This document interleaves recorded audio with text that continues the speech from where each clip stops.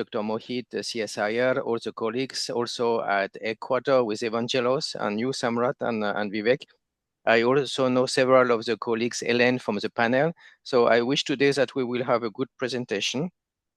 Today, the objective is to be quite concrete on modalities, and Samrat and colleagues will explain. Also on opportunities, and this is why we have arranged for speakers.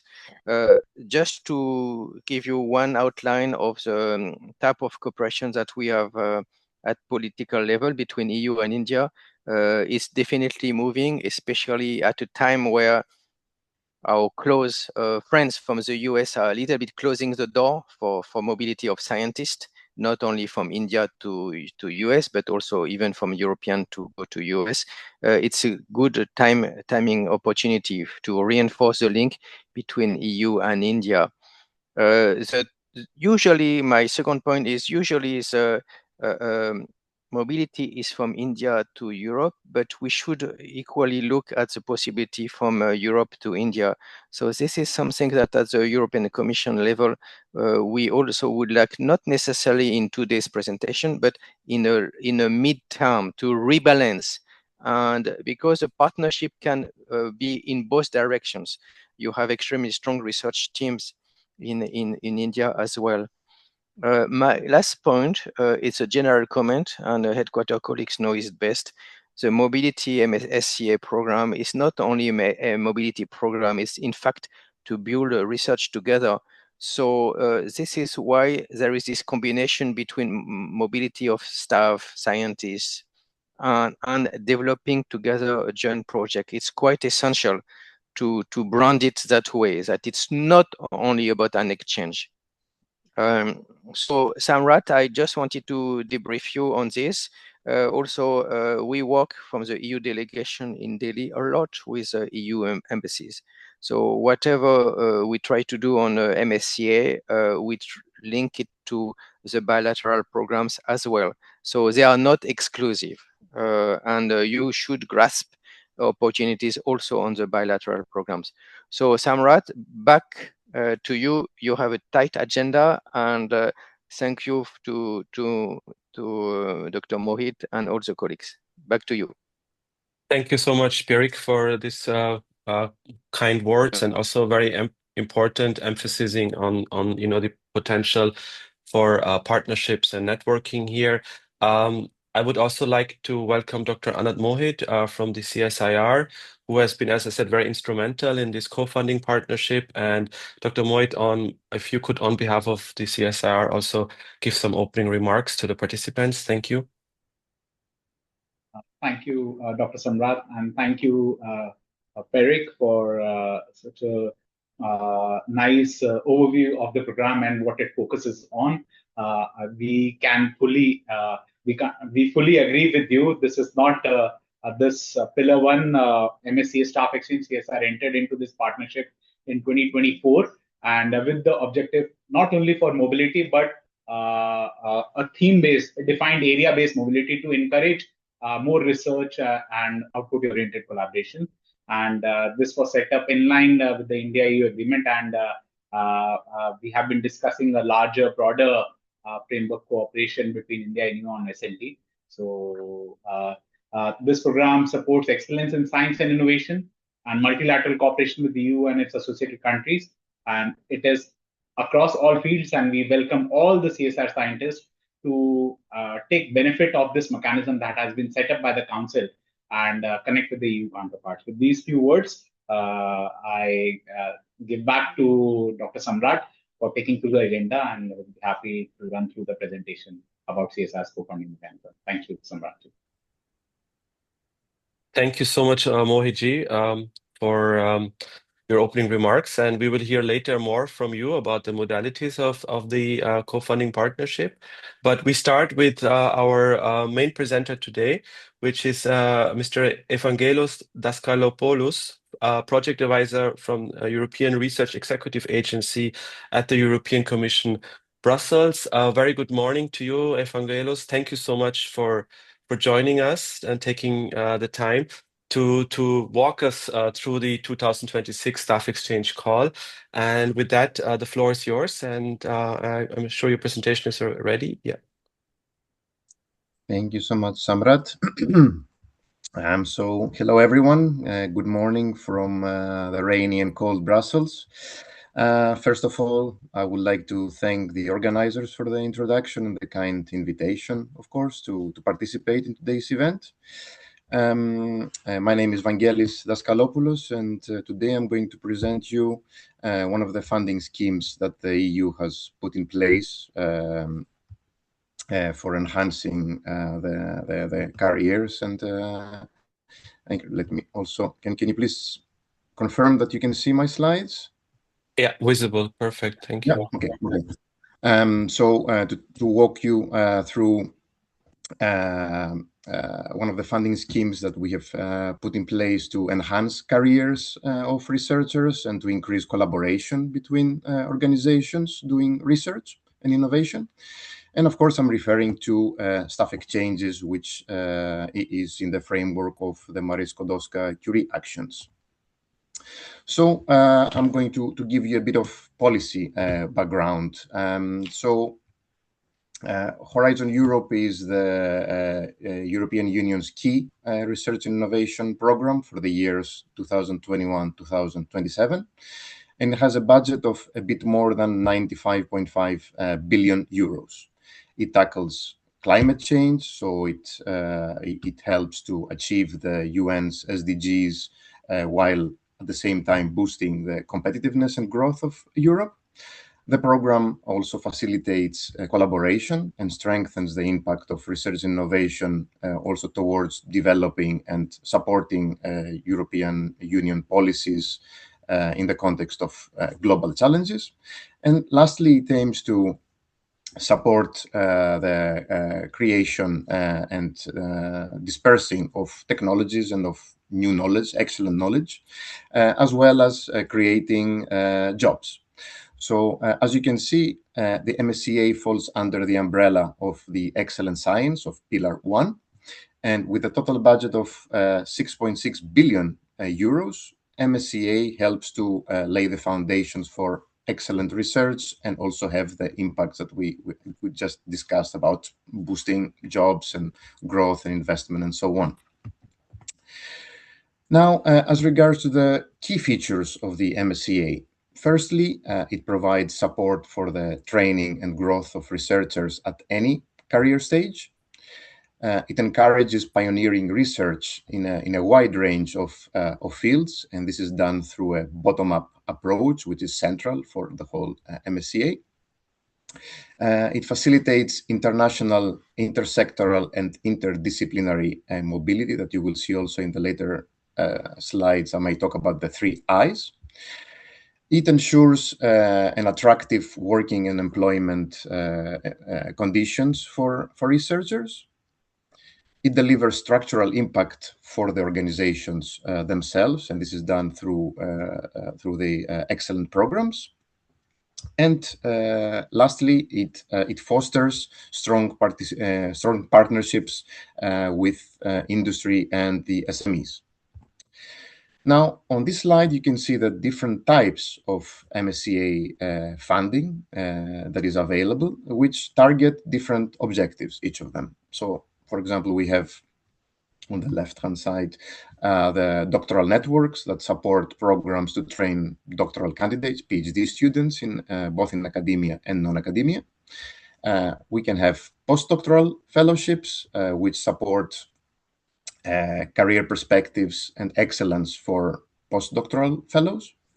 The co-fund, which supports co-funding of regional, national, and international programs. The Choose Europe for Science, which is a new policy initiative to ensure that Europe continues to be at the forefront, let's say, of research and innovation, and to attract the best and brightest scientists around the world. And last but not least, Staff Exchanges that encourages collaborations between organizations, and this is done through Staff Exchanges, through secondments, as we will see later on. Now, the main objectives of staff exchanges. So as for all MSCA actions, staff exchanges has a bottom-up approach, so it covers all fields of science. So we're talking about engineering, about life sciences, about social sciences, mathematics, environment, chemistry, and so on. And looking more specifically at the staff exchanges action, its main objective is to promote the 3 R's, the international, intersectoral, and interdisciplinary mobility on research and innovation. And what we want to see is, what we want is to actually strengthen knowledge transfer between participating organizations. And the whole idea is basically to not only to welcome, but also to reward both creativity and entrepreneurship, which eventually will help to turn ideas, smart ideas, into actual products, processes, services. Staff exchanges involves organization from both academia and from the academic and non-academic sectors, and we put a strong focus on the inclusion of SMEs. And lastly, it is noteworthy to mention that staff exchange is actually the most international action under the MSCA. So therefore, we specifically encourage cooperation across the globe to strengthen the human capital base, both in Europe and also outside Europe. So you will ask, what is the added value in this? So as regards to staff members, they can benefit from acquiring transferable skills and competencies, which can lead to improved employability and career prospects later on. Staff members will actually see their knowledge and innovative ideas to be converted to something more tangible, to products and processes and services. And they will also benefit from an increased international exposure, which, as you can imagine, can lead to later on to extended networks and greater opportunities for continuation. Finally, they can profit from enhanced networking and communication capabilities, both with in the context of scientific peers, but also with a contact with the general public, which, again, as you can imagine, can have a profound effect on the actual impact of the research and innovation. As regards to the organization side and what is the added value for them, so the staff exchanges offer innovative ways of cooperation and transfer of knowledge between sectors and also across disciplines. And staff exchanges boosts the research innovation capacity of the participating organizations with availability of human resources, so with with really highly qualified and real experts in the field researchers. And again, it can lead to strengthened and I3 or 3 I's, as we call them, collaborative networks in the context of the international aspect, the interdisciplinary aspect, and in the intersectoral aspect. Some very key features specific now for staff exchanges. So, as I mentioned, it's a mobility action, and it has a bottom-up approach with proposals that are evaluated in different scientific panels. The top-up allowance, it works in the context of a unit cost. So the secondment budget for per month of secondment is now raised to 5,170 euros. And we foster research and innovation via secondments that entail the 3 I's. The duration can be up to 4 years and with a maximum of 360 person months. And also it fosters synergies, so it can be combined with other programs, but not with other Marie Skłodowska-Curie grants. Now, who is eligible now? Who can participate? So applications must be submitted by a consortium of at least 3 independent legal entities in 3 different countries, 2 of which must be coming either from a EU member state or a associate country as per Horizon Europe. Only legal entities that are established in a European Union member state or an associate country can be beneficiaries. So we cannot have beneficiaries coming from third countries. And the consortium must actually include participating organizations from both academic and non-academic sectors, which is, again, something new that is coming in this call. It is obligatory to have both sectors participating in the consortium. Now, above these minimum requirements, the participation of organizations from any country and any combination is possible. So we can have consortia with 3 or 4 members, and we might as well have consortia that can have 40 participants, 40 partners. It is noteworthy that secondments must always be between different countries, so it is not possible to have secondments within the same country. And also, it is not allowed to have secondments from one third country to another third country.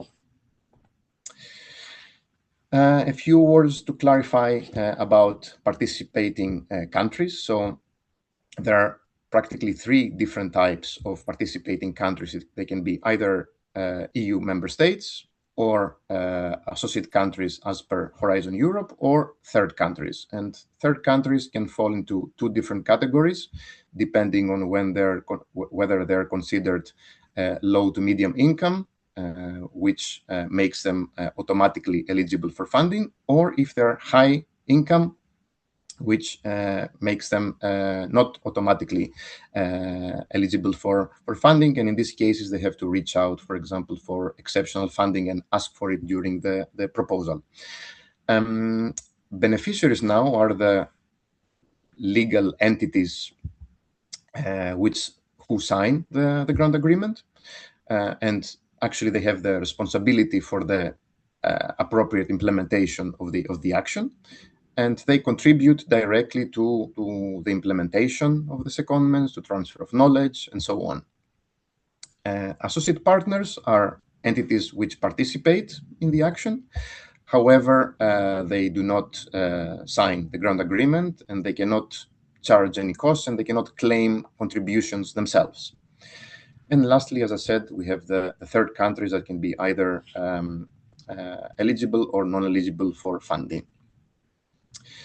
Now, secondments are open to any type of staff contributing to research and innovation activities. So this can be researchers, this can be administrative staff, managerial staff, or technicians in a lab.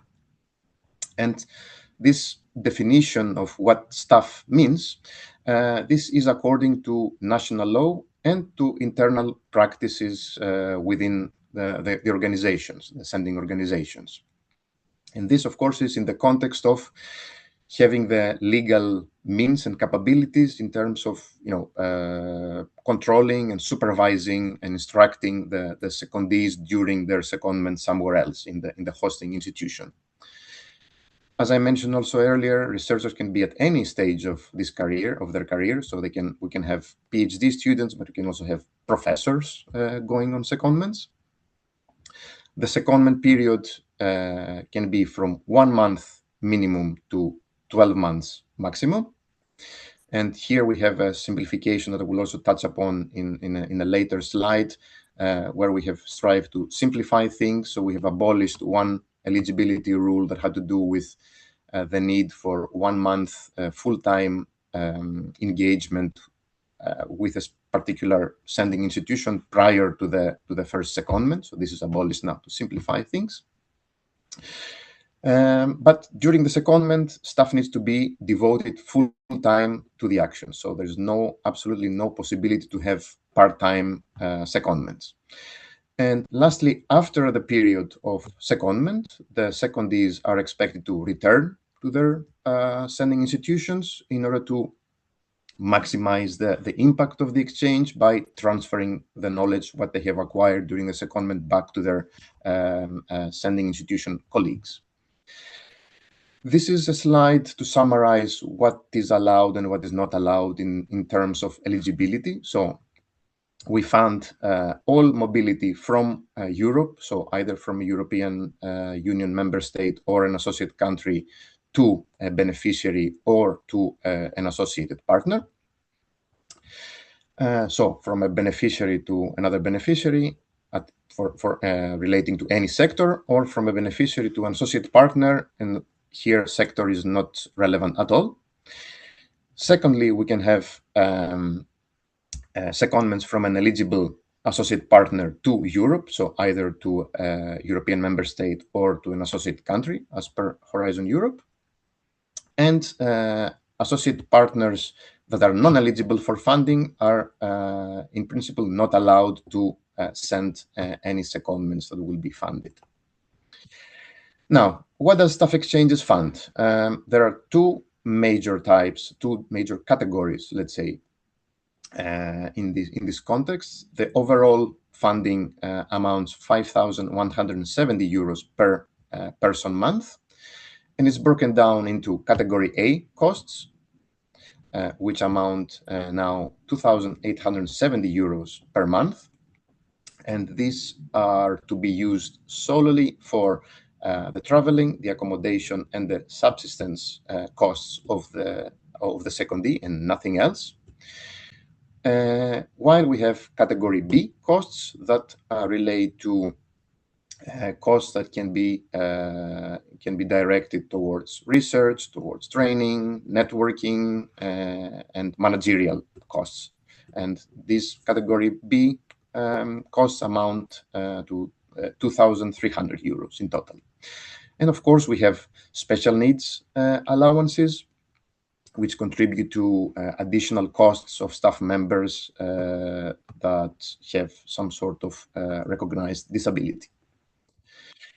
Now, there are MSCA co-funding arrangements with several countries, including, of course, India.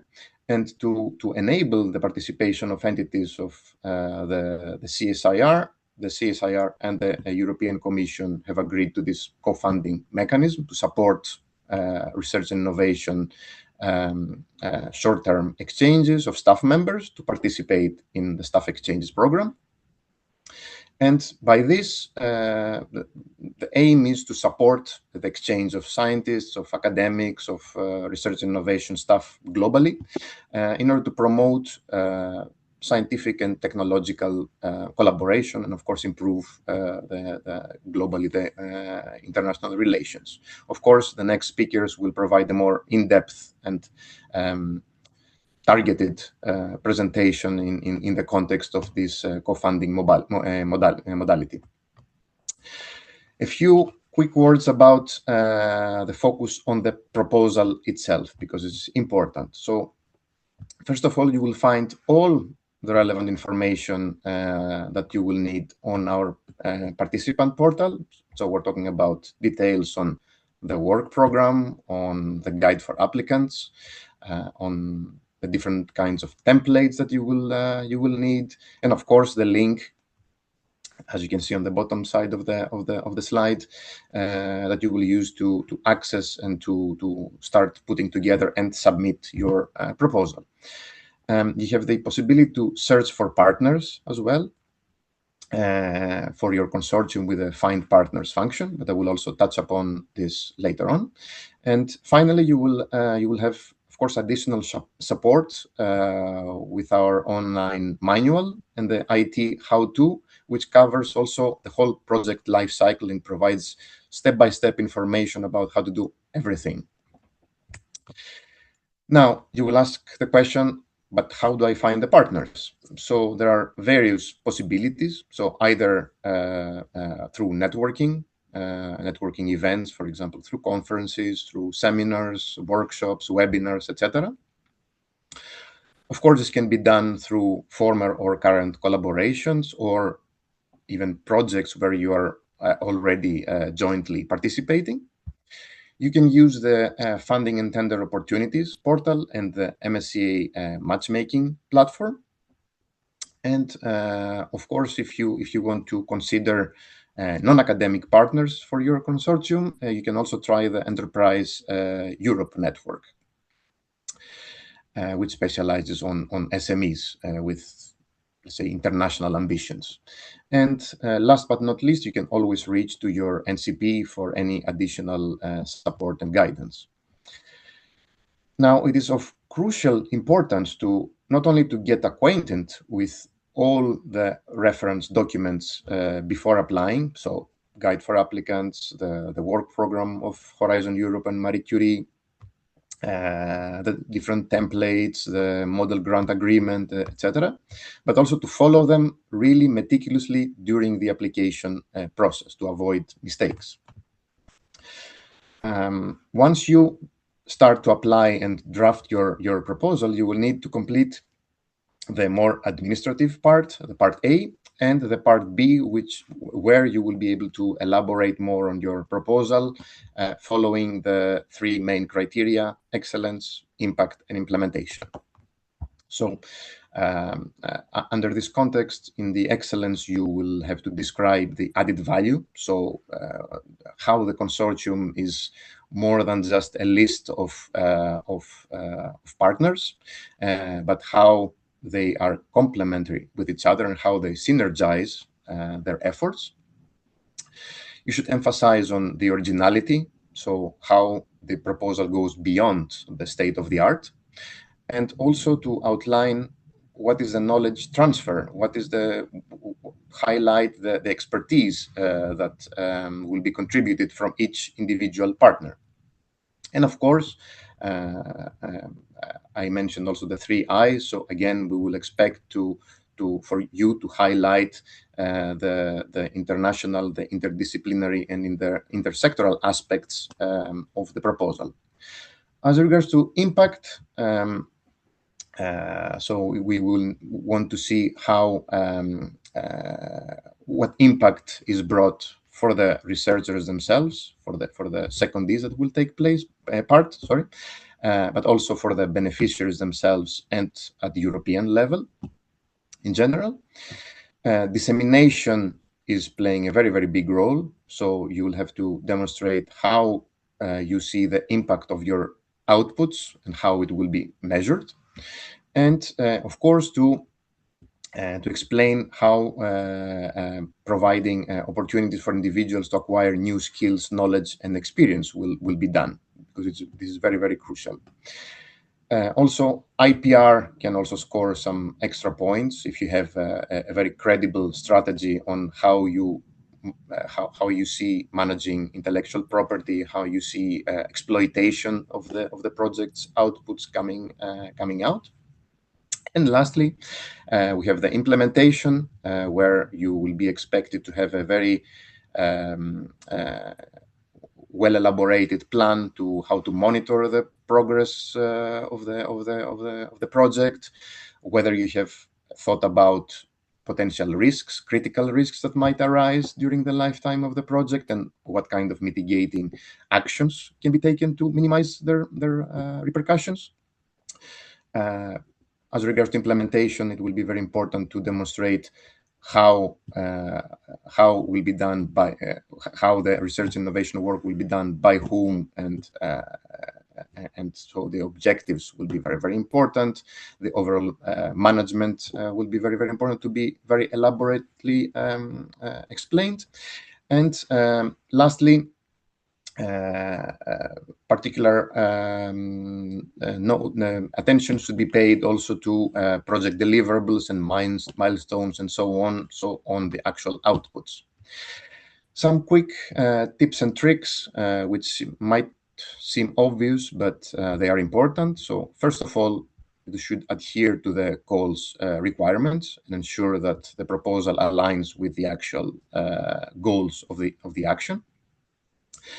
You should follow meticulously the guidelines, so take into account the template structure, address all evaluation criteria that the experts will look into during the evaluations. Emphasize the European perspective, so to demonstrate how this proposal contributes to more overarching EU policy goals.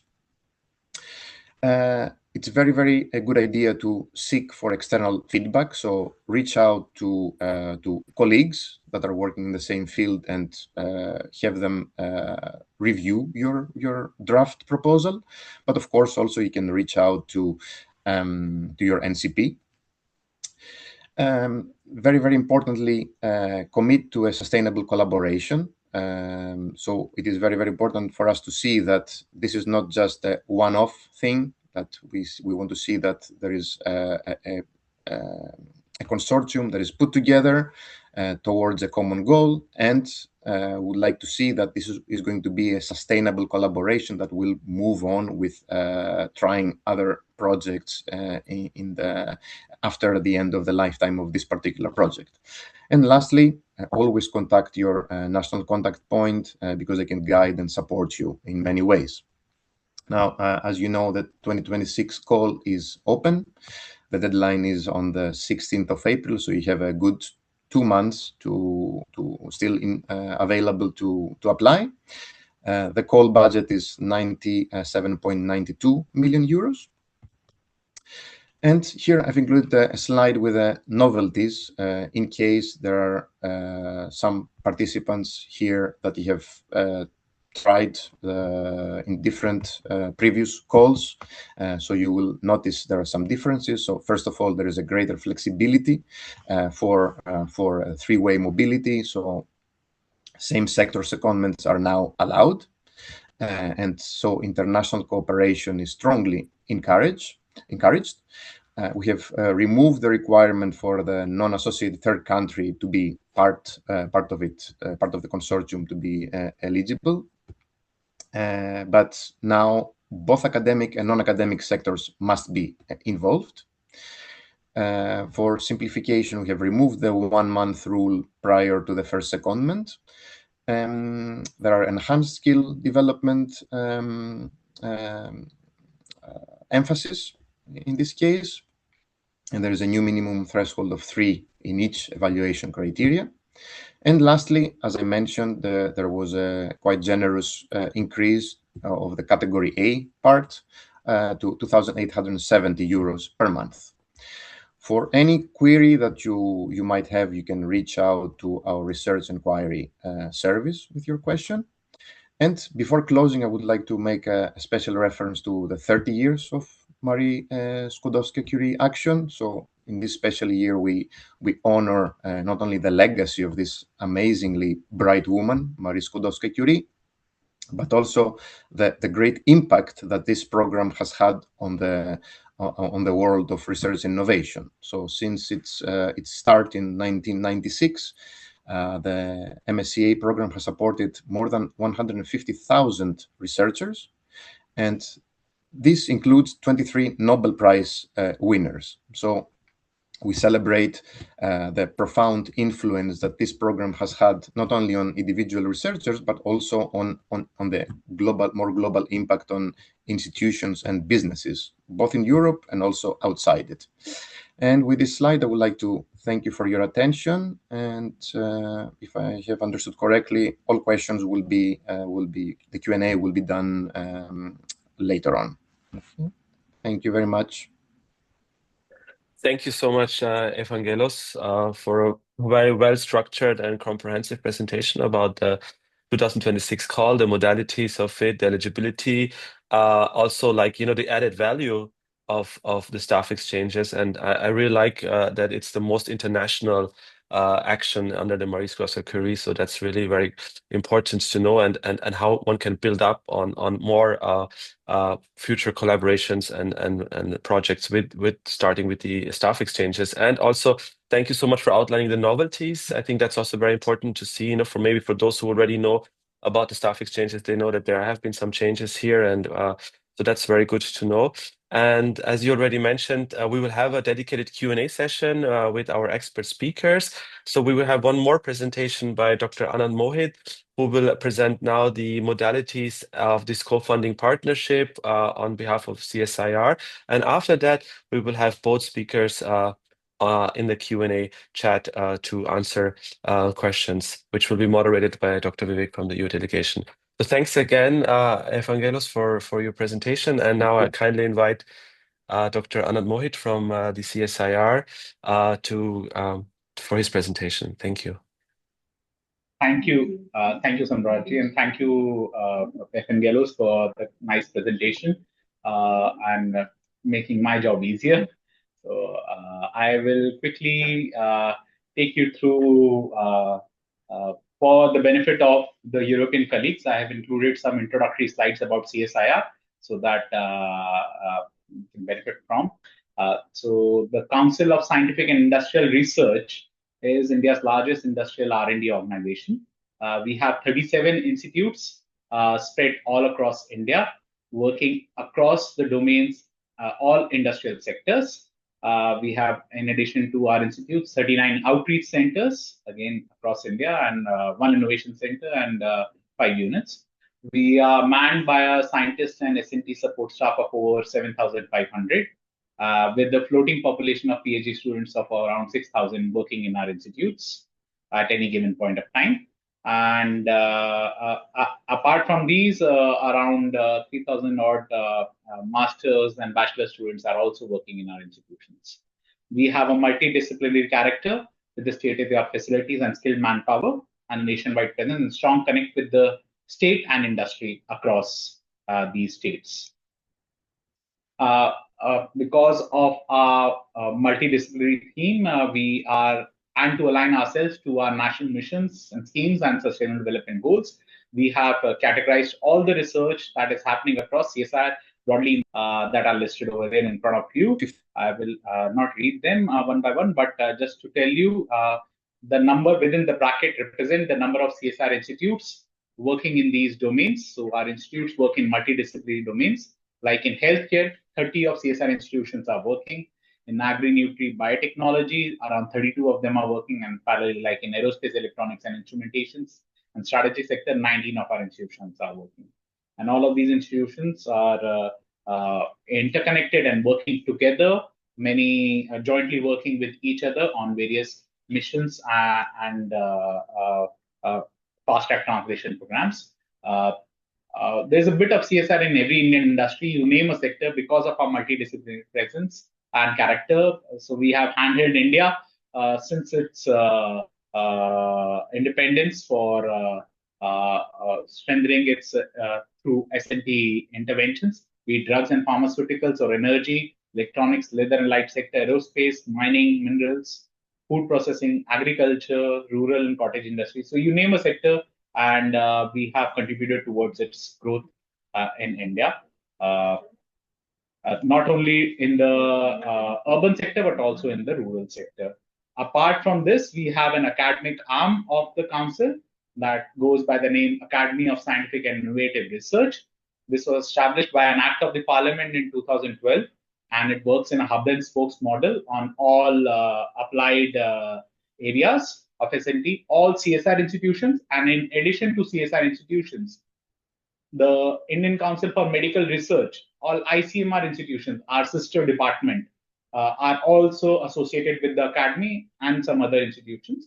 So in total, over 82 reputed institutions are associated with the academy, and all the scientists working in these institutions who have registered with the academy act as their professors or associate professors or assistant professors, and the student working in these institutions are benefiting from the degrees that are being awarded. So the very recent data in 2025 alone, around 700 PhD degrees were awarded by the academy. So it is one of the largest PhD degree awarding academy in the country at present. We, apart from the academy and the R37 institutions, we also have many incubation centers set up across CSIR institutions. Two of them that I would like to mention are kind of the oldest, the Venture Center, based out of the National Chemical Laboratory in Pune, which was established even before the startup culture came, and handholding the incubatees and the entrepreneurs for launching and creating jobs and livelihood, launching their technologies to the market, supporting women entrepreneurs. And very recently, we established a CSIR Innovation Complex based out of Mumbai, where it is a state-of-the-art facility, and we welcome the SMEs and industries who would like to have their presence in India come visit our incubation center and have incubate over there.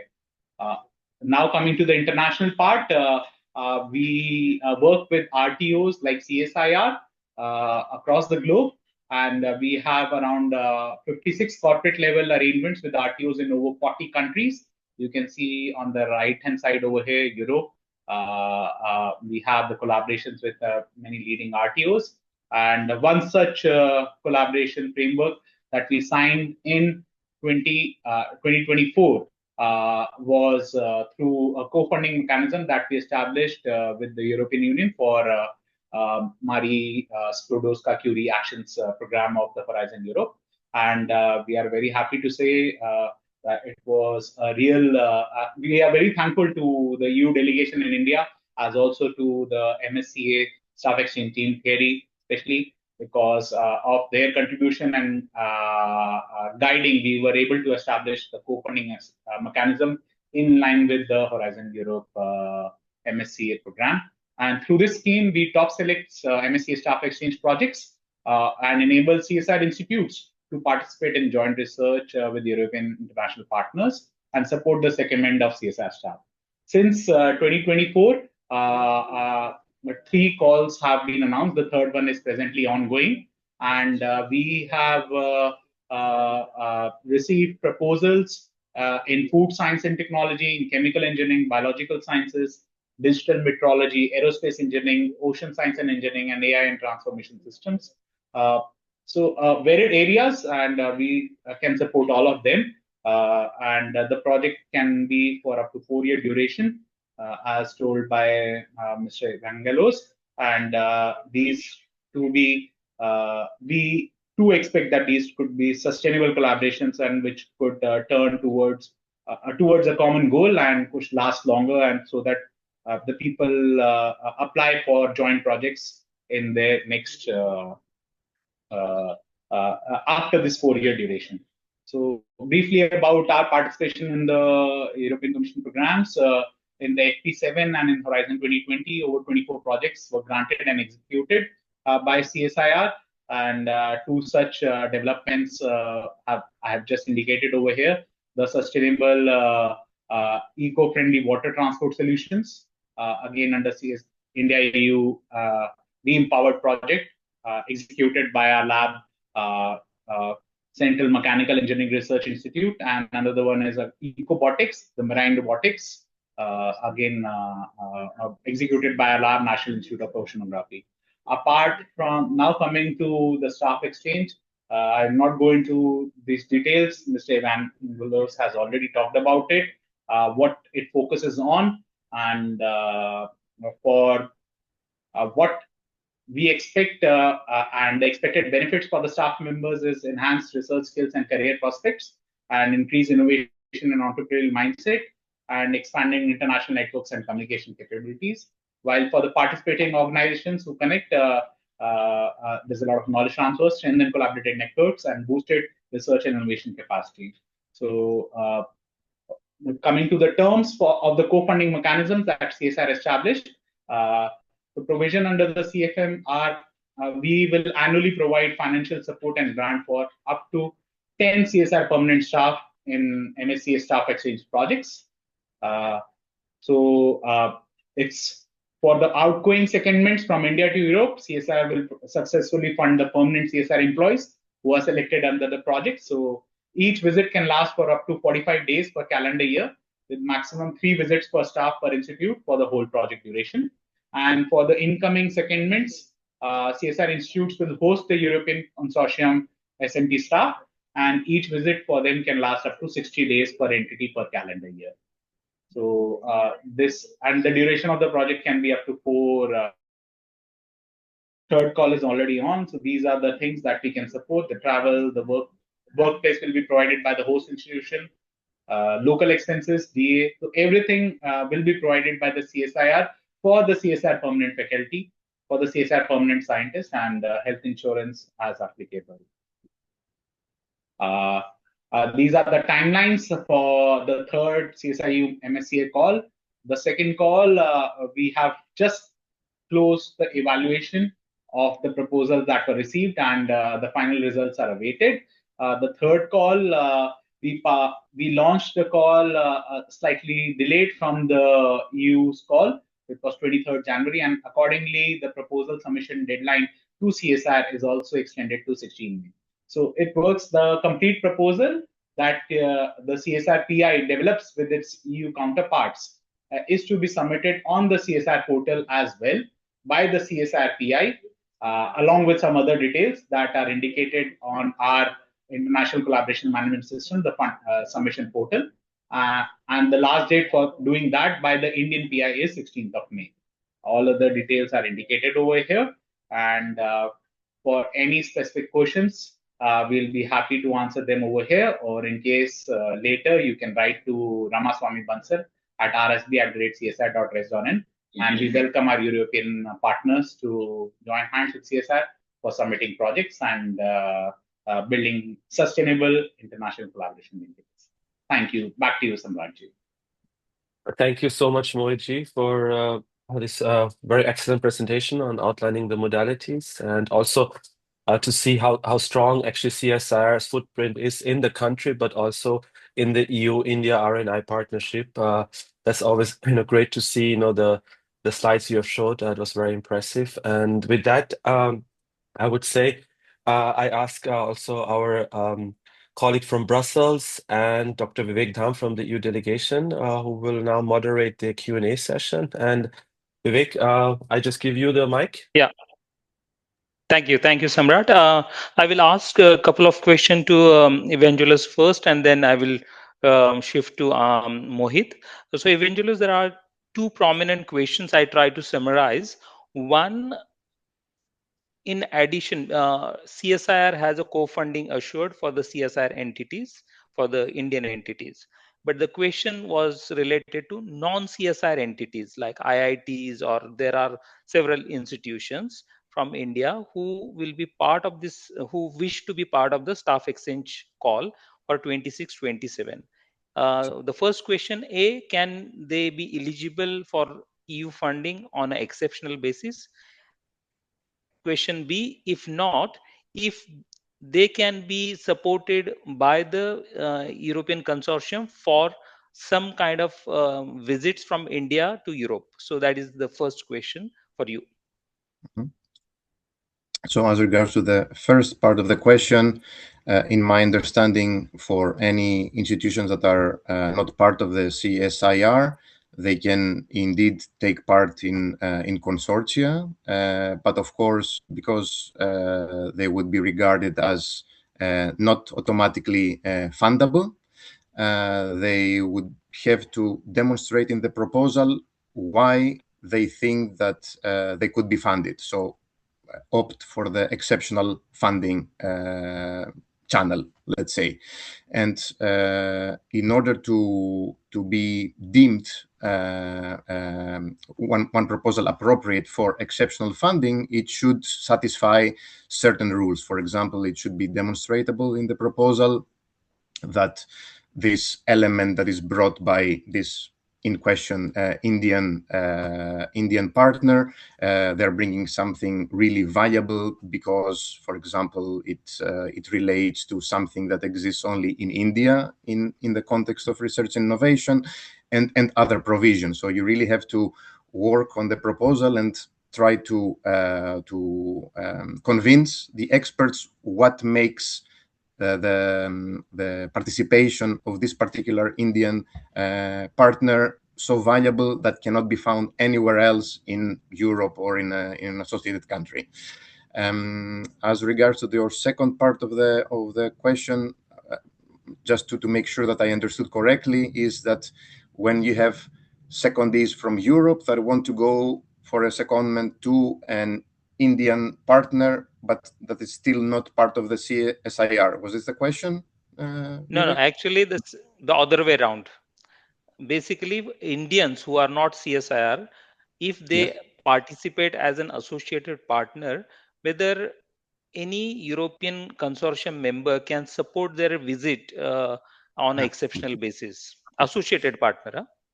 This again would be under the exceptional funding. It would fall under the exceptional funding because if you would have the direction from India to Europe, then it would not be able to be paid, let's say, by in the other way around context, let's say. Yeah. Okay. It's very clear. But Thanks. I will just yeah. Yeah, thanks. So there is one more question, whether the PhD student can be enrolled under the staff exchange for to conduct an PhD under the supervisor in Europe. Is that possible? Are we talking about a PhD student that is already enrolled in a PhD program? No, he wants to go to Europe under the staff exchange. Is that possible?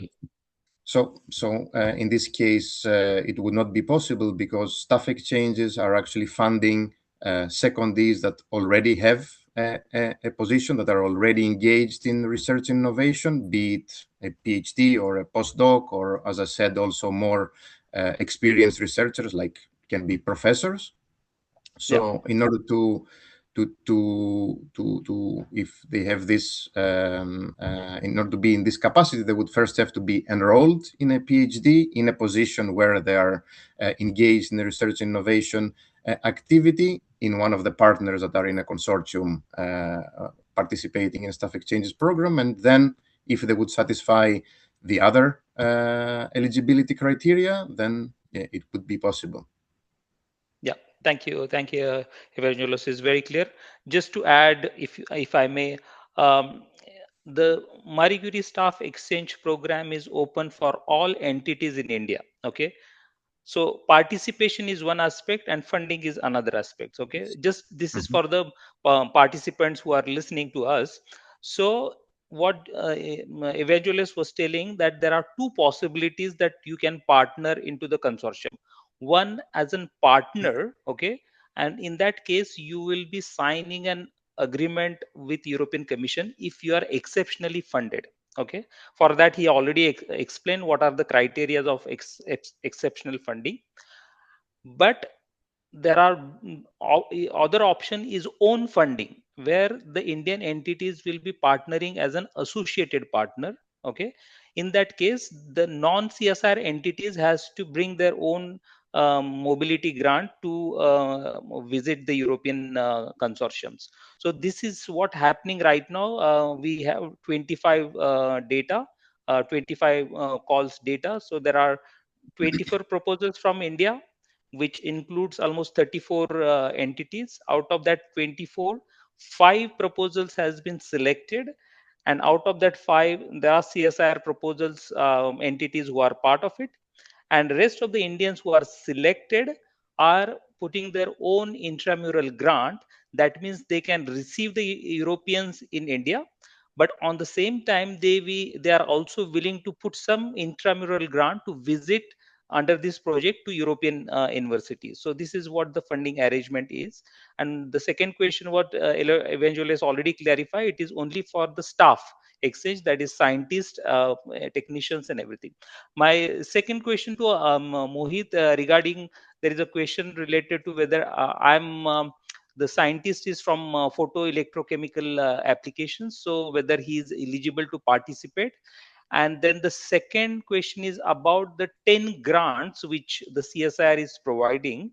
So there is a little bit confusion whether it's 10 grant per year or it is 10 grant for span of 2 years or 3 years of the duration of the project. Can you elaborate, please? We'll take the second one first. So it's 10 grant per call. So like per call, the grants have been agreed to. So 10 up to 10 persons can be supported under the co-funding mechanism. Up to 10 staffs can be supported under the co-funding mechanism per call. So if there, and this is between 2024 to 20 calls between 2024 to 2027.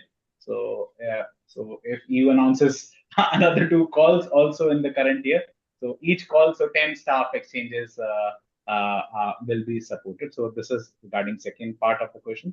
The first part, I think it's a different institution than the CSIR institution, and I think Evangelos very well summarized it that they can definitely participate along in the consortia, but either they'll need to bring in their own funding or request for exceptional funding from the EU.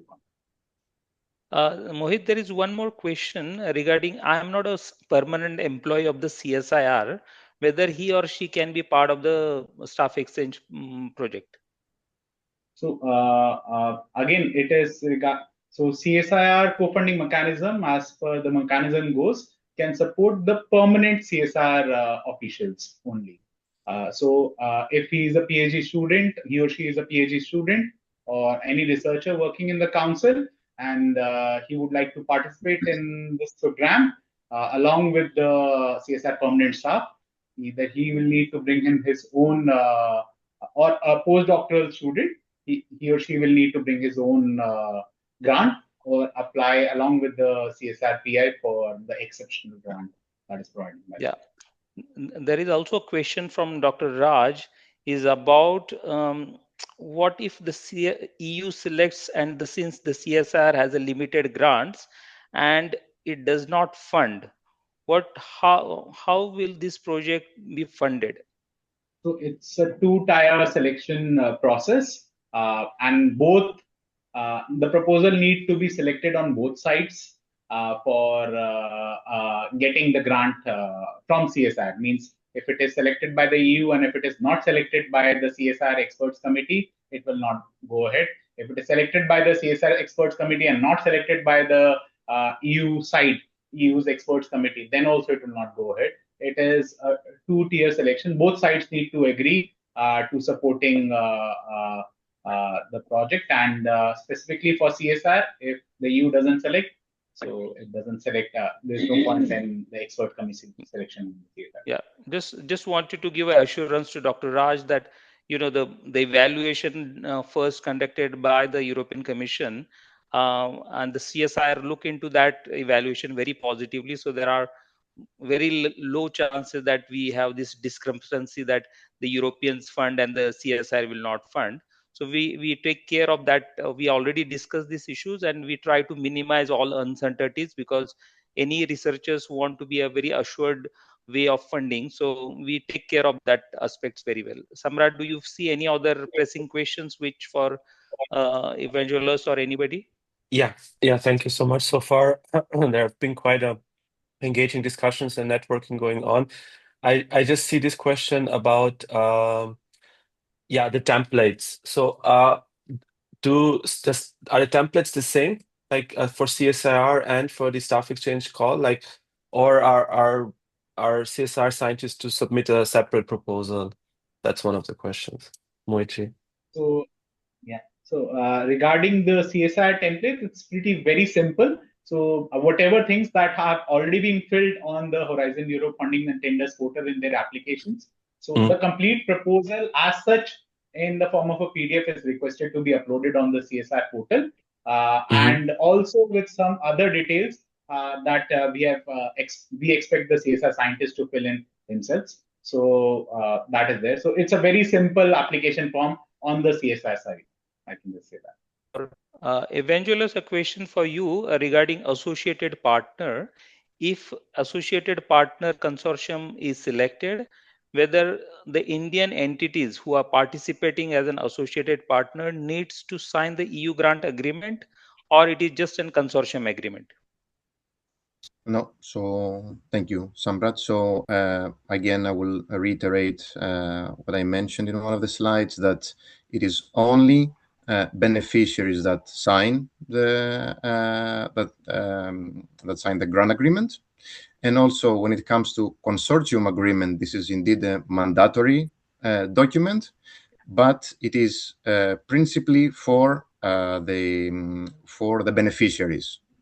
If any associate partners want to sign also the consortium agreement, they are free to do so, but they cannot be forced to do so. And in this context, if a special sort of agreement needs to be signed between beneficiaries and any associate partners, we also have the possibility of the partnership agreement, which regulates, let's say, the relationship between beneficiaries and associate partners. Yeah. Does it reply your question? Yeah, perfectly. That is spot on. The answer is quite clear. I I'm would just trying say, to figure out. I would say two more questions we can take, Vivek. Yeah. One is very intriguing. Is like if the EU selects a proposal with CSIR and it's selected for funding, but then if say CSIR does not agree on that, is that a possibility? Like what would happen? Would then the project not be funded at all? Yeah, it will not No, get. from the EU side, the funding, the project go as per the plan because we had already made a decision. So it will be unfortunate because then there has to be a recalibration of the workload and everything. But as of today, it never happened such a scenario. But you cannot guarantee it may happen. But some Mohit is in driving seat, so he has to give us the answer.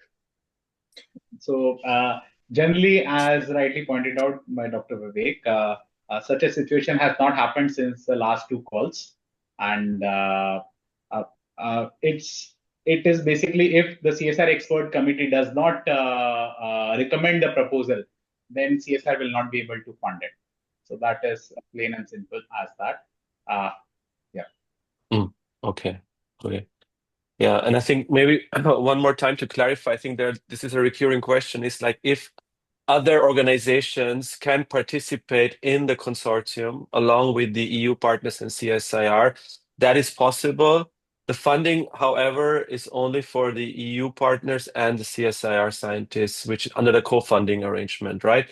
But it's open for participation from any Indian organization who wants to be part of the consortium, right? Yeah, correct. Just to reiterate, the staff exchange is open for all. The Yeah. CSIR only had given an assurance that their labs, if they are selected, they will be funded. But I have the list of 5 other entities who are selected. They are non-CSIR labs and they had part of the selected, and they are pushing their intramural grant to participate in this particular, that is own funding to participate in this. So what is the benefit that they receive several Europeans in their campuses, and that is how the networks of multilateral has been developed, because there are also a lot of horizon calls are coming up for, under the EU India TTC as well as the other initiatives. So these all networks are automatically translate from this network to a bigger projects. So we always ask the people to make use of this staff exchange is one of the best tool to get into the network of Europeans as well as the Indians to go forward. I think it is a very important tool for the people to widen their network. Okay, I think that was a very good concluding remark in the Q&A session, unless our colleagues have something to add. Like Evangelos, would you like to have some concluding remarks? I saw also Samrat, sorry, I saw also one question, maybe I didn't see it properly, in relation to incubation centers and science parks, if they can participate. Just to clarify that as long as they are legally established entities and they can demonstrate that they are engaged in research and innovation activities, of course they can be part of consortia. Yeah. I will just add, sorry, right now we are discussing EU India startup initiative networks, and it will take some time to go forward with the establishment of this EU India startup network. But staff exchange could be one of the good starting point, because here the form procedures are already laid down. So I think the startups could encourage and could participate through a staff exchange. Okay, great. Mohitji, anything more you would No. like to say in the Q&A session? No, thank you. Okay, great. Thank you so much to our colleague from Brussels, Evangelos, and our Dr. Anand Mohit for taking the time. And I think it was very interesting Q&A session, and also Dr. Vivek And with that, we move to our next part of today's webinar, which are the flash presentations. Here we will have a selected number of researcher scientists who will do a very kind of, pitching on their project, on their research. And so I just request all of the presenters to please, keep the time in your mind, because we want, to also conclude the webinar on time today. So like around 7 to 8 minutes per presentation. I would like now to ask Dr. Jayaprakash Tiwari from the CSIR National Physical Lab to kindly, share his presentation. Dr. Jayaprakash. Okay, probably he hasn't joined yet, but that doesn't matter. We will move to our next presenter, which is Dr. Samir Chikali from the CSIR National Chemical Laboratory. Dr. Samir, are you with us? Yeah, I'm there. I'm just sharing my screen. Thank you so much, Dr. Samir.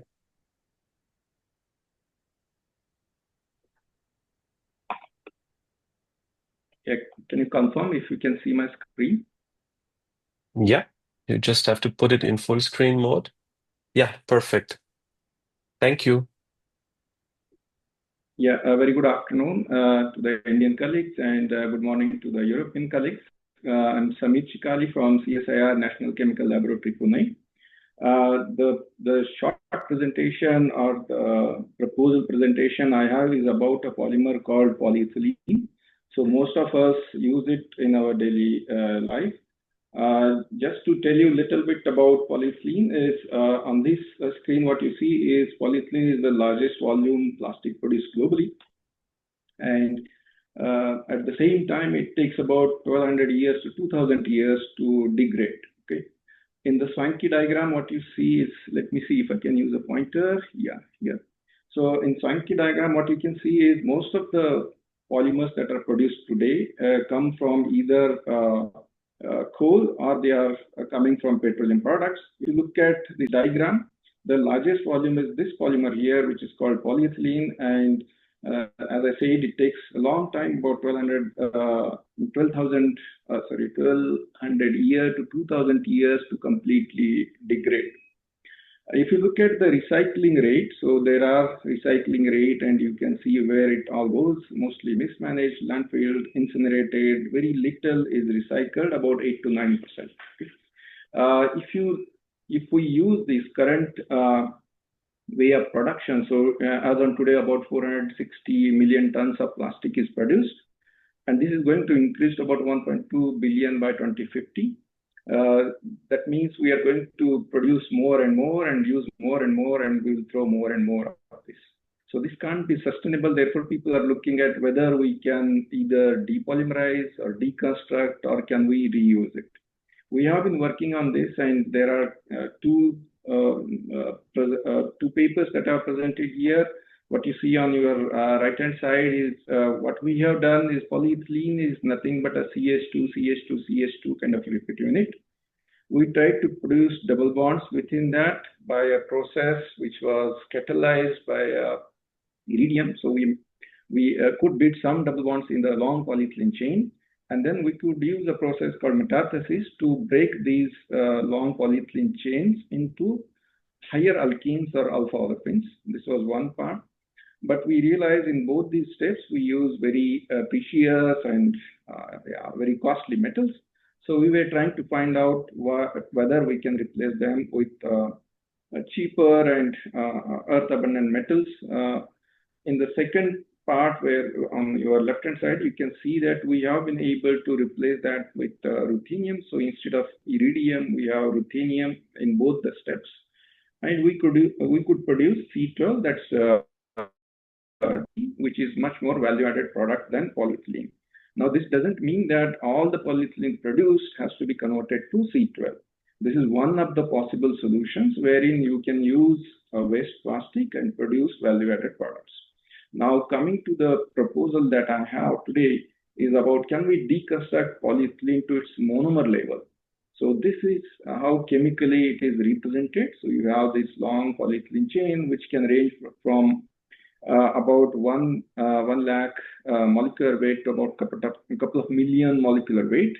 Can we break this down back to its monomer level? These two lines here are nothing but ethylene, that is CH2, double bond CH2.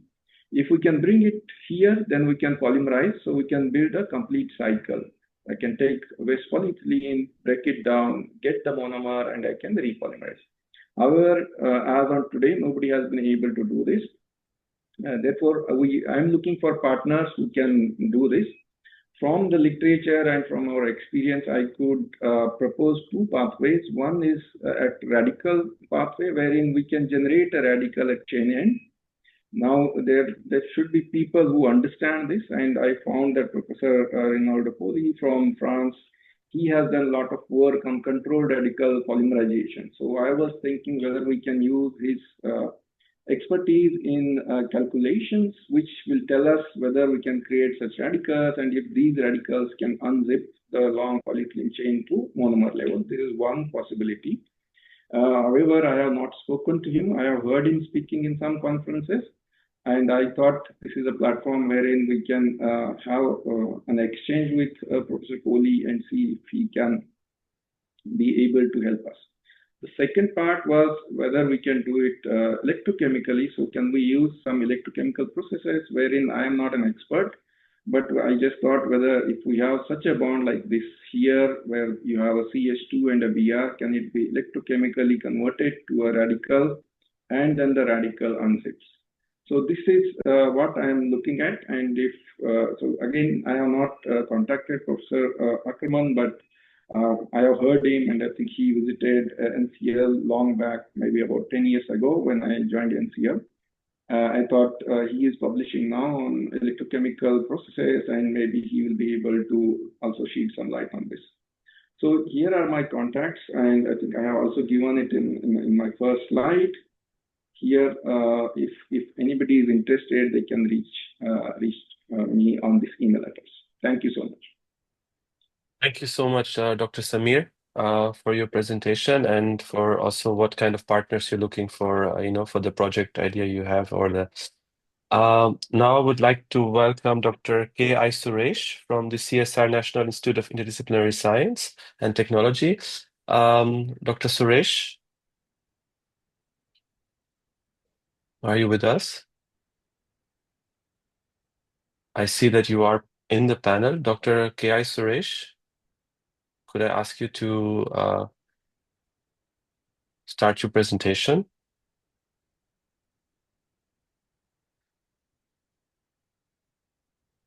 Okay, it looks Dr. Suresh is not responding. Then I suggest we just move to our next. Oh, Dr. Suresh, are you there?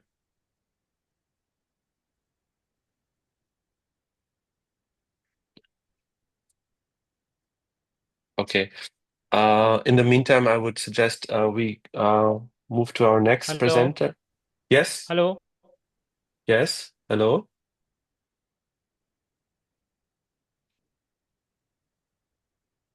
Dr. Suresh, hello.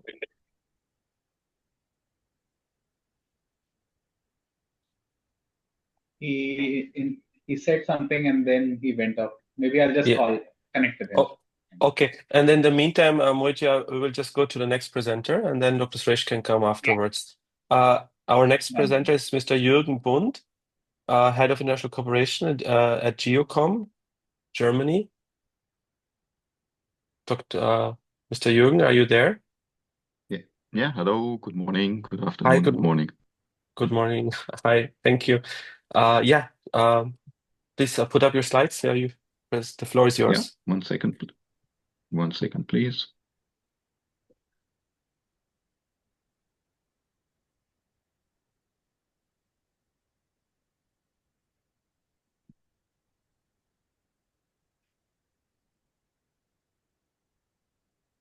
One second, please. Can you see the presentation? Yeah, it's visible. Very well. Very well.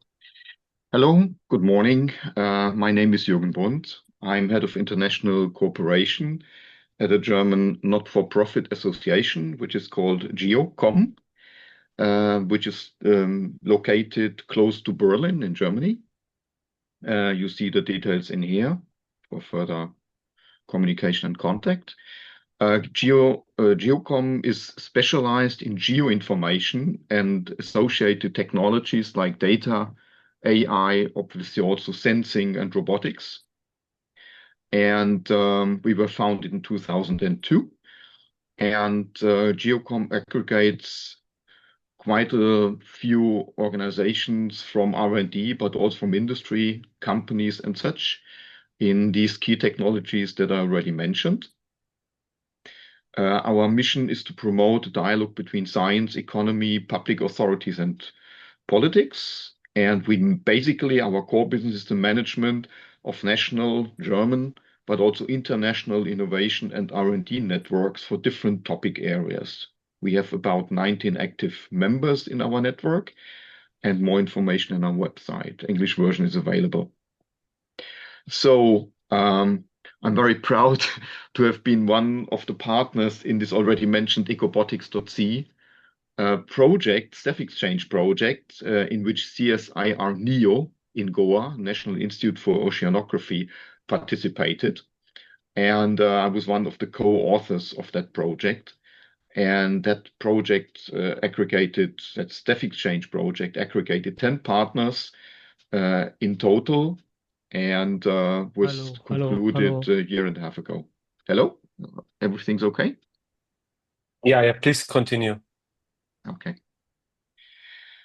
Then now GEOCOM and MSCA SE, the current edition of the Staff Exchange program under MSCA. GEOCOM developed and promoted a Staff Exchange project designated Ecobotics. As you can see and can imagine, it was a follow-up project for the ecobotics.c project, generalizing the issue of ecosystem monitoring and preservation, not only in a marine environment, but also on land and in mixed environments. This new follow-up project aggregated 26 partners, again from India as well, but also Malaysia and Africa. It was a truly global initiative. Unfortunately, the project, although it passed the threshold, it was not funded. It may have been also because of the size of the consortium. That is still something we want to figure out. But it was a very positive experience, and this extended network of 26 partners is obviously available for designing either a resubmission and/or additional or other ideas around the topic of eco-robotics. What we offer now for this open call is our Staff Exchange expertise, which should be clear now after having presented the previous slides. We are available to provide our toolbox, which is a set of spreadsheets, templates, cloud-based workspace, text modules for the acceleration of new proposals and such, but also our partner ecosystem and our networking ecosystem, especially in Europe, but not only. We optionally also offer the role of coordinator, so we are perfectly available and experienced with the coordination of such Staff Exchange projects, which are quite specific in terms of management, coordination, and also rollout. And last but not least, we also, as we create a bridge between R&D and industry, we are also very experienced and savvy with regard to making use of such a Staff Exchange project as a business development network and platform. This is especially important for the sections in the proposal related to impact and exploitation. So that's our offer for the OpenSE call. And yeah, I'm at the end of my presentation. Thank you so much, Mr. Bunt. That's of course great to know that you already have this expertise with the staff exchanges and also with Indian partners. And so I'm yeah, very hopeful that after today's webinar, you will find some more partners who would like to explore more the possibilities to apply for this year's call. Thank you so much for joining us, and with that, we try to move back to Dr. Suresh. Yeah, I can see your camera is on. Hello. Yeah, Hi, I'll Dr. share my Suresh. screen. Yeah, Hello. thank you. Sorry, there was some confusion. No, that's fine. Okay. Yeah, it's my slides visible, right? Hello, is my Yes. slides visible? Yeah. Yeah, please go ahead. Okay. Thank you. Good evening to all. So the title of my presentation is Development of Sustainable Advanced Materials. I thought of presenting the research work that I have been carrying out in CSIR for the past few decades. So it is on developing sustainable advanced materials, which is very important for sustainable development, utilizing renewable resources. So one specific development in this regard is the development of bio-based polyurethanes and nanocomposites for functional applications that we have recently completed at CSIR NIST in Thiruvananthapuram. This is on the southernmost end of India, that is Kerala situated. So here, as I mentioned, one particular development is the development of cardinol base. Cardinol is a renewable resource which India is a major producer, and we have developed, and water-borne polyurethanes are important in many different applications in leather coatings, paper coatings, etc. So we have come up with some new product for which an Indian patent application is also filed, so which has got improved properties and is more environment friendly, and also its application in leather sector has been validated with a CSIR, another CSIR sister laboratory. And we have also developed its application in nanocomposite coatings for corrosion protection in combination, because graphene is a new nanomaterial that is projected to have very special properties, but incorporating them into water-based system is still a challenge. So we have developed some methodologies for modifying this graphene nanomaterial and incorporation into the coating. So it has given very excellent corrosion resistance properties compared to the uncoated substrate. And in terms of the utilization of the renewable feedstock, which I was mentioning, the cashew nut shell liquid, which India is a major producer and exporter to Europe and other parts of the world. So it is an ideal candidate for developing a biorefinery. For example, if you from the raw shells, you can extract the cashew nut shell liquid, and then the primary products of that are cashew nut shell liquid and cardinol. These are the primary products, and then as a material, for a material scientist or chemist, it offers innumerable opportunities for conversion to polyols or the other monomers, or into the polymeric forms like polyurethanes, which are used in many different applications. So the first transparency, I have presented one important development, that is the polyurethane dispersion. And coming in summary, so the progress in sustainable or green chemistry during the last 2-3 decades resulted in new directions in advanced material research, and they are required in a number of applications like coatings for corrosion protection, barrier coatings, or in leather industry application. So we have developed some of these applications, and further research is continuing. So these are some of the derivatives to number, and some of the products like anti-counterfeiting inks using cellulose-derived carbon dots, and sensors for mercury detection. These are also some other developments using renewable resources. So if there are any interests from any of the European SMEs, I think the Horizon program has many programs evolved for utilization of renewable resources. So if this is an area of interest, we would be glad to collaborate further in application development using this unique feedstock, that is cardinol or cashew nut shell liquid. Thank you very much for the opportunity. I conclude now. Thank you so much, Dr. Suresh. And I'm happy, the technical issues could be solved and you could give your presentation, and hopefully there will be possibilities to network and collaborate on this under the call. Our next presenter is Mr. Sandeep Singhai from the CSIR Advanced Materials and Processes Research Institute. Mr. Sandeep, are you with us?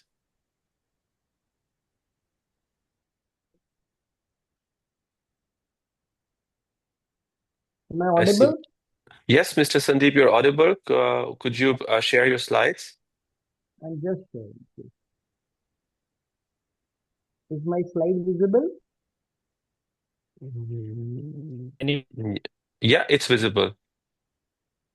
Okay, and video, I think it should be visible now. Yeah, and video is also visible. Thank you. Yeah. Good morning and good afternoon. I am Dr. Sandeep Singhai. I am heading Business Development Group at CSIR India, Bhopal. Today I am here to represent my institute, which works in a variety of domains. Are my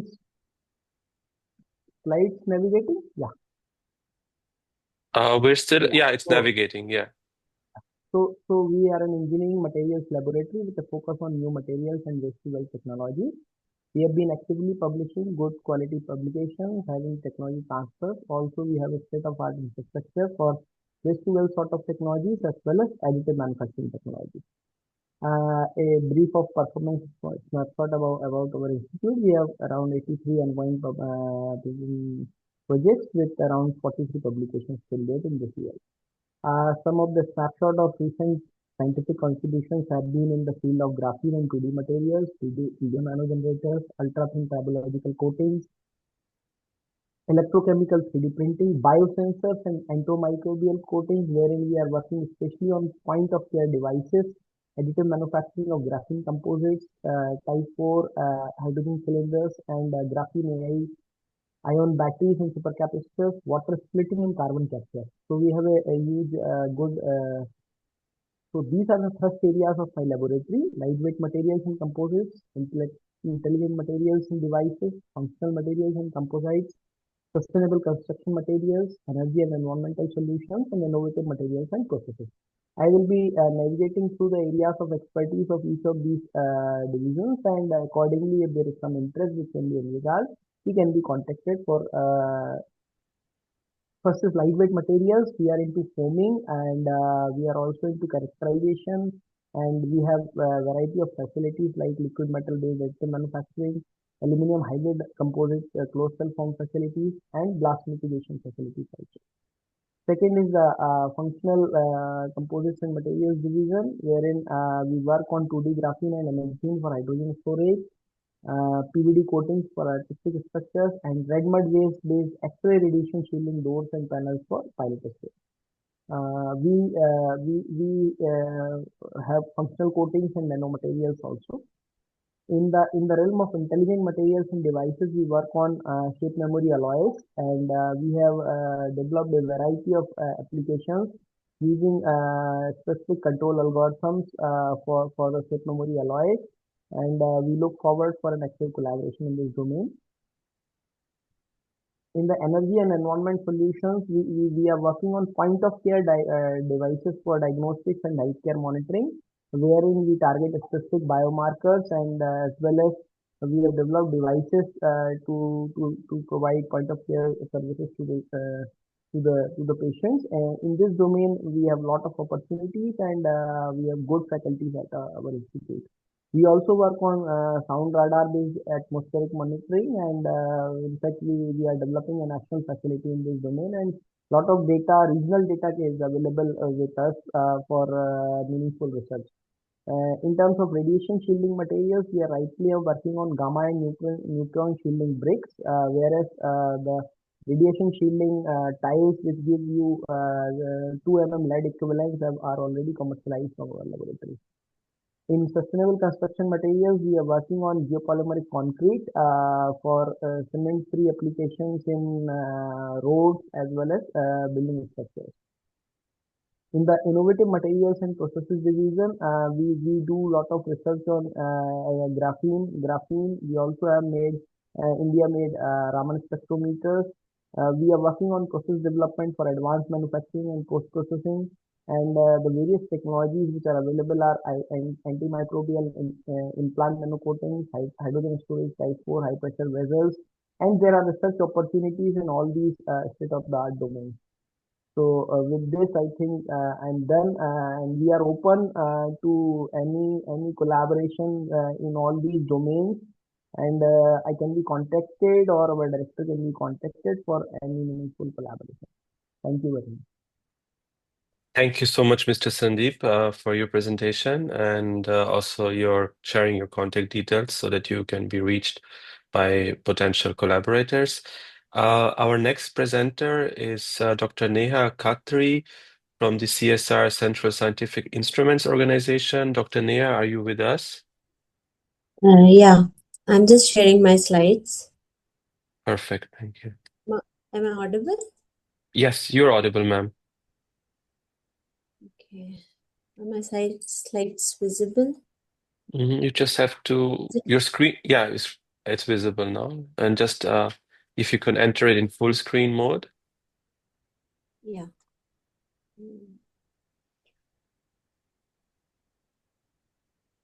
Is it full screen now? Yes, ma'am. Okay. So very good morning and good afternoon to all. Myself Neha, and I work as a scientist in CSIR lab on Central Scientific Instrument Organization. So here I'm proposing a title on zero defect micro nano manufacturing for high precision optics and advanced devices. So as we know that in this era of nano precision and nanotechnology, there's a very high demand of deterministic machining process as well as method, so that a very high precision optical components can be produced. So the greatest challenge is basically in micro and nano manufacturing defect is to achieve the submicron accuracies and also to achieve a defect free surface. So a lot of defect arises during the fabrication of any optical elements, especially due to the thermal drift or the tool wear or the process instability and material variability. So these factors like thermal drift, it leads to the localized heat accumulation, dimensional deviations, and surface form distortion, which is really not required for development of any optical elements. The tool wear, which is associated with any ultra precision machining process, it also leads to increased surface roughness and edge degradation and geometry deviations. The process instability, it causes a lot of variations of fluctuations in the parameters of any cutting process and induce the vibration effect, which overall deteriorates the surface quality as well as the form accuracies. Material variability, it basically causes to the inhomogeneity as well as a microstructural defect, which further leads to the damage of the surface when used for any particular applications. So the current approach is normally post-process inspection. So if we talk about the challenge, I already told that opportunity like EU has a strength in digital twin and industry 4.0, AI-driven predictive manufacturing and advanced inline metrology. Whereas India's strengths in precision opticals and microfabrication, cost-effective engineering platforms, and applied photonics and device innovations.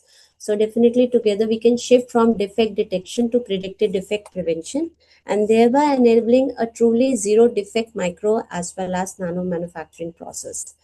So coming to the prior work is basically my work is on, we are focusing on AI driven prediction into advanced manufacturing system.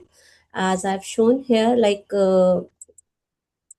in this, we have worked on a single step precision manufacturing of zinc selenide lenses for FLRI thermal imaging, where we are covering the entire pipeline from design to integrations. We have also implemented LSTM based models to predict the surface roughness using the process signals.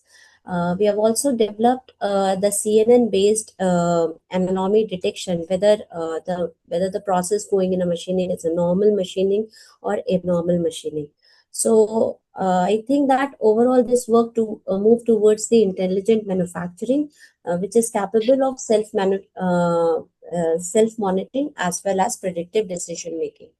So what we aim through this project is basically development of multi-sensor integrated digital twin framework for a zero defect micro nano manufacturing, where we aim to combine acoustic, thermal, as well as dynamic vibration analytics.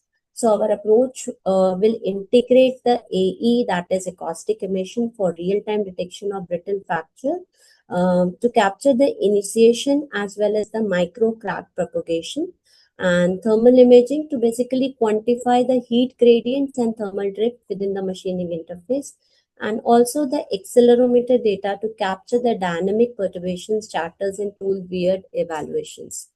So the digital twin will synchronize the real-time input with predictive machine learning model, basically to identify the early stage defect signatures and also to forecast the tool degradation and resolve multi-scale thermomechanical interactions.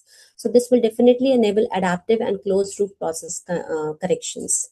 So we have, I have identified one profile for the partner sort. So he is Dr. Professor Goel.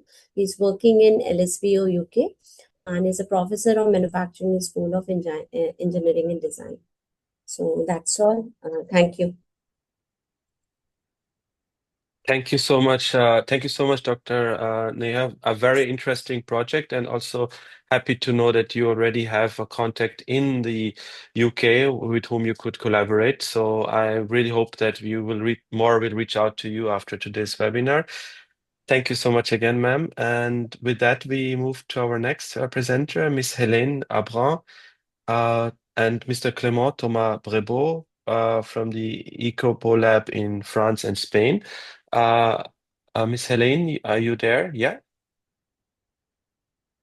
Yes, yes, I'm here, and Clément is in between Chennai and Pondicherry. So, can you hear me? Yeah, we can hear you. Yeah. Okay, I'd like to try and share my screen. So let me try this. It's happening. Are you seeing it? Do you see it? Can you? It's still in a dark screen mode. Maybe we just give it a few seconds. Else, if you allow me, I can share it from my end as well. Oh, yes. Yeah, if that's maybe more Yeah, convenient. because it might be better because I see it my screen, but if you don't see it, then yeah. Okay. Sorry for this. No. Okay. This can. Okay. Let me share it from my end. I will just stop your. Okay. Here it is. Okay. So it should be on the screen now. Okay. Yes, I can see it. Yes, actually, yes. Good morning, everybody, and thank you for the opportunity to present our work. And my name is Hélène Abran, and I represent HAC in Paris, Hélène Abran Consulting, and GLOPOL Lab in Spain, GLOPOL Lab Tecnológica. We position ourselves as strategic facilitators of EU-India research and innovation mobility. We work at the intersection of European project strategy, intercultural innovation, and cross-sector activation. So who we are? HAC is a Paris-based structure with more than 25 years of experience in European project design and coordination. We work in multilingualism, innovation, digital cooperation. And GLOPOL Tecnológica is our new Spanish nonprofit structure based in southeast Spain, Comunidad Valenciana, Santa Pola, strengthening this green and multicultural dimension of European cooperation. Together, we operate between France and Spain with an active bridge towards India. Thomas Clément, then we will present him just at the end if we cannot take the speech directly. So our core contribution, we provide structured support to enhance the impact of EU-India staff exchanges. We facilitate intercultural and multilingual integration, strengthen host-site coordination, activate innovation ecosystems in France and Spain, enable academic and non-academic cross-sector synergies, contribute to European co-design and proposal development together with our bridge from India. Our objective is simple: to improve quality, retention, and long-term research outcomes. So our research and innovation positioning combines international mobility, intercultural collaboration, and digital innovation. We work through three complementary streams. First, intercultural and multilingual models for research collaboration. Second, contextual and urban integration of mobile research staff. And third, AI-supported tools that we want to develop for international project positioning and funding strategy.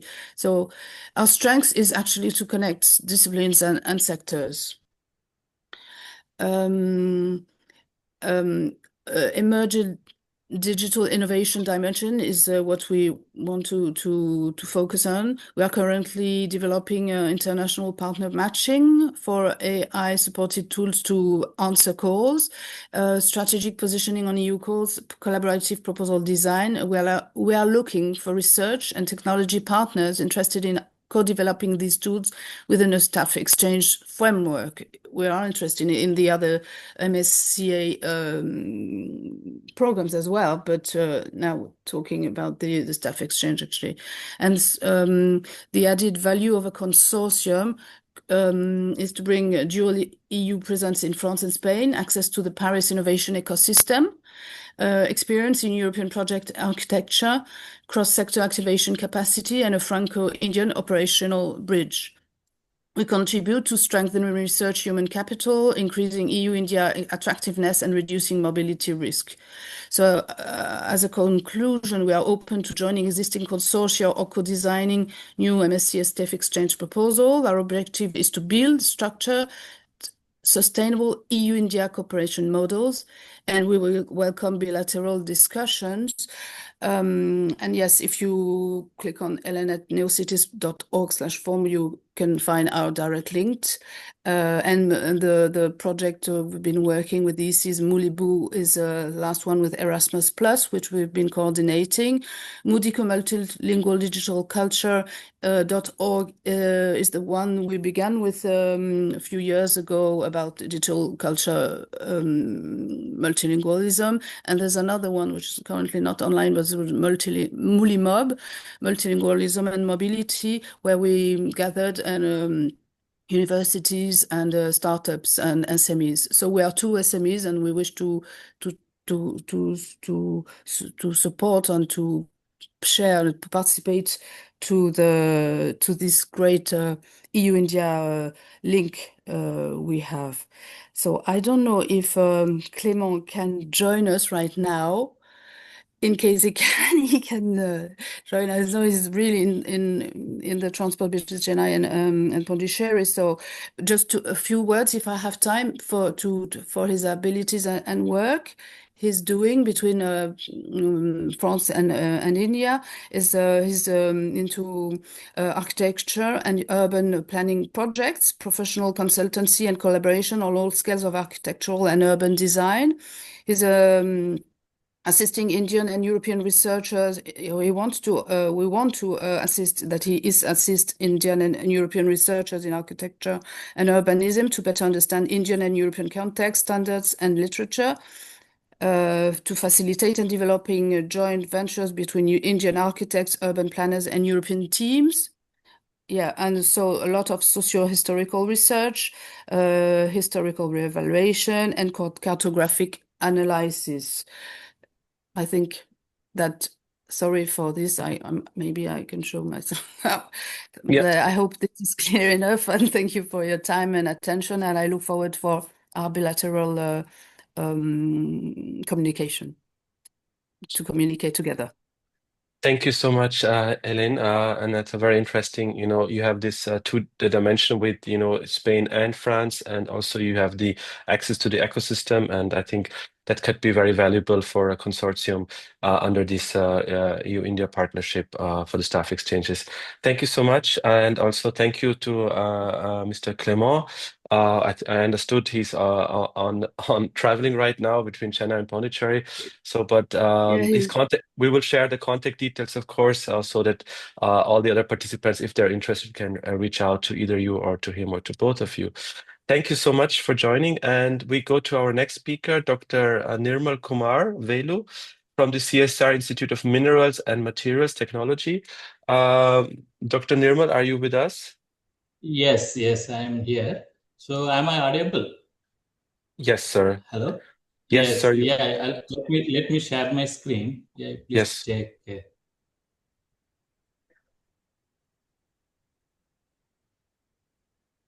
Can you see the slides? At the moment, we can see your screen. Now the slides are there. Yes.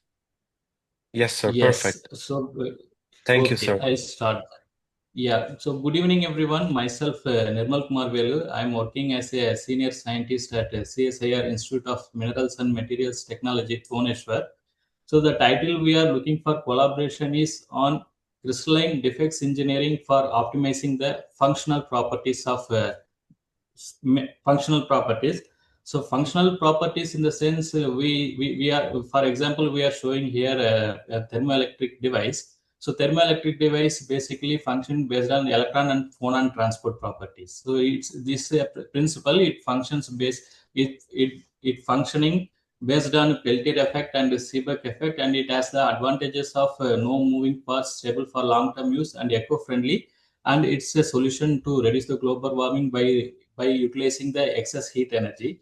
So in this schematic, what you can see is the so the thermoelectric device. In this device, semiconductor materials are connected electrically in series and thermally in parallel. So this kind of device architecture, whenever it is placed in a environment of temperature gradient established, then the device will generate the electricity. So so how we can determine the material is suitable for a thermoelectric device is it's a dimensionless number, thermoelectric figure of merit. It's a function of electrical conductivity and thermal conductivity. The major issue in most of the materials, especially semiconductor materials, are their thermal conductivity. Why? Because this total thermal conductivity is resulting from both electronic contribution as well as lattice contribution. But this lattice contribution, that is the lattice thermal conductivity, it contributes over 80% of total thermal conductivity value in most of the semiconductors.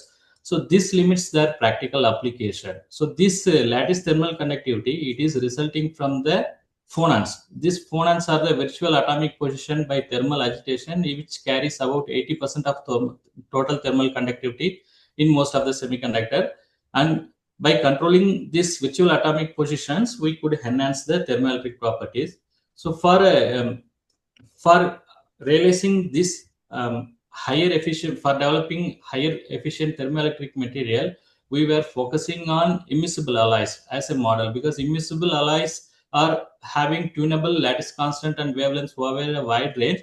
So the example we study is indium gallium antimonide. It is a 3-phase semiconductor which has the tunable lattice constant and wavelength in the infrared region, but it possesses superior electrical properties, and this material is well known. It is used for most of the high-speed electronic and optoelectronic devices. But for thermoelectric application, not only this material, most of the 3-phase semiconductors were not considered. Why? Because they are having higher thermal conductivity. For example, in terms of number, their thermal conductivity was higher, about 20 watt per meter Kelvin. So, whereas the efficient thermoelectric materials possesses thermal conductivity of less than 1 watt per meter Kelvin. But there is an issue associated with the growth of this type of immiscible alloy, because if we look at the phase diagram of this semiconductor, there is a large separation between liquidous and solidus lines, which means that segregation will occur during the growth of this material. So this type of segregation could restrict the phonon transport. So this is the hypothesis we made, that natural segregation in the immiscible alloy will be helpful to restrict the phonon transport. Thereby, we can realize optimized electron and phonon transport properties for thermoelectric application. So this effect, we proposed a model how we can consider defect. There are different type of defects available in the crystalline material. So we can differentiate them in the view of thermoelectric application. We differentiated these defects as point defect and structural defect. These point defects are charged in nature when electron and phonons propagate through a crystal which is having more number of point defects.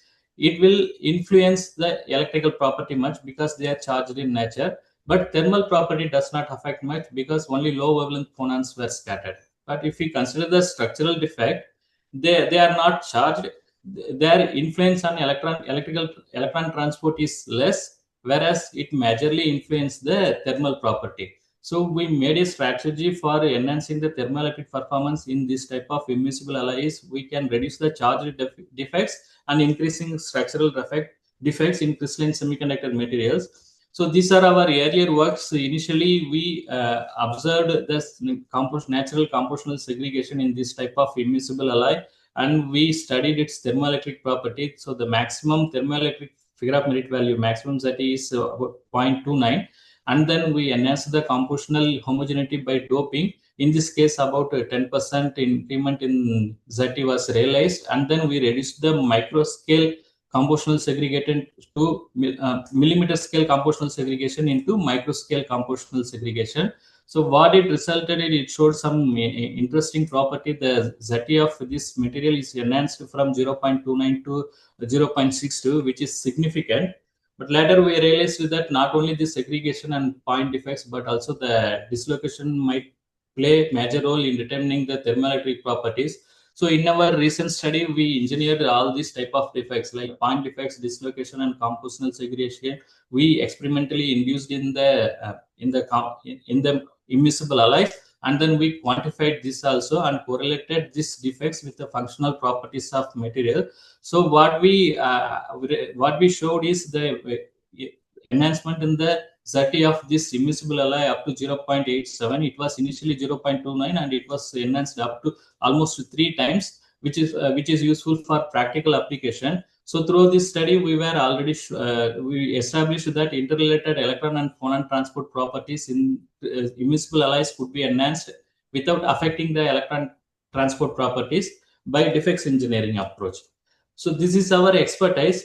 So these are the expertise we can offer for any collaborator. So we are having the knowledge on high temperature crystal growth from the melt, and we know how to control the growth kinetics to achieve compositional homogeneity and control the crystalline defects, various type of defects to optimize the electron and phonon transport.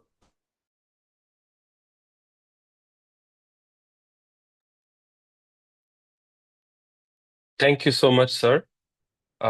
Thank you for your presentation. And with that, we have a few contact details. So anybody who is willing to collaborate in this area, you are most welcome, and we will further explore how to make the project proposal, and we'll further explore the opportunity. Thank you. Thank you so much, sir. And we have a bit more time, and we had gotten some late requests for flash presentations.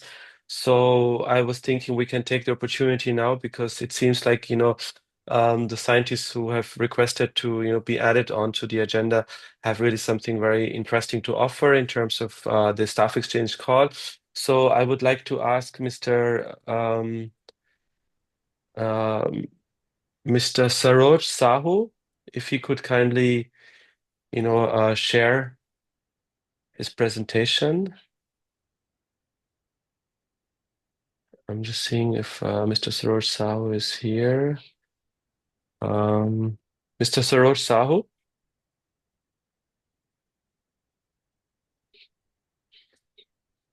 Mr. Saroj Sahu, are you there?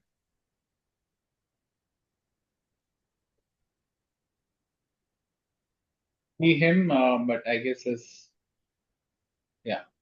Okay, then we have We now have Mr. Vijay Kumar. Mr. Vijay Kumar, you're here. Me? Yeah, perfect, sir. Yeah. Hi. Thank Please, you. if you could share your slides with us. Yeah, sure.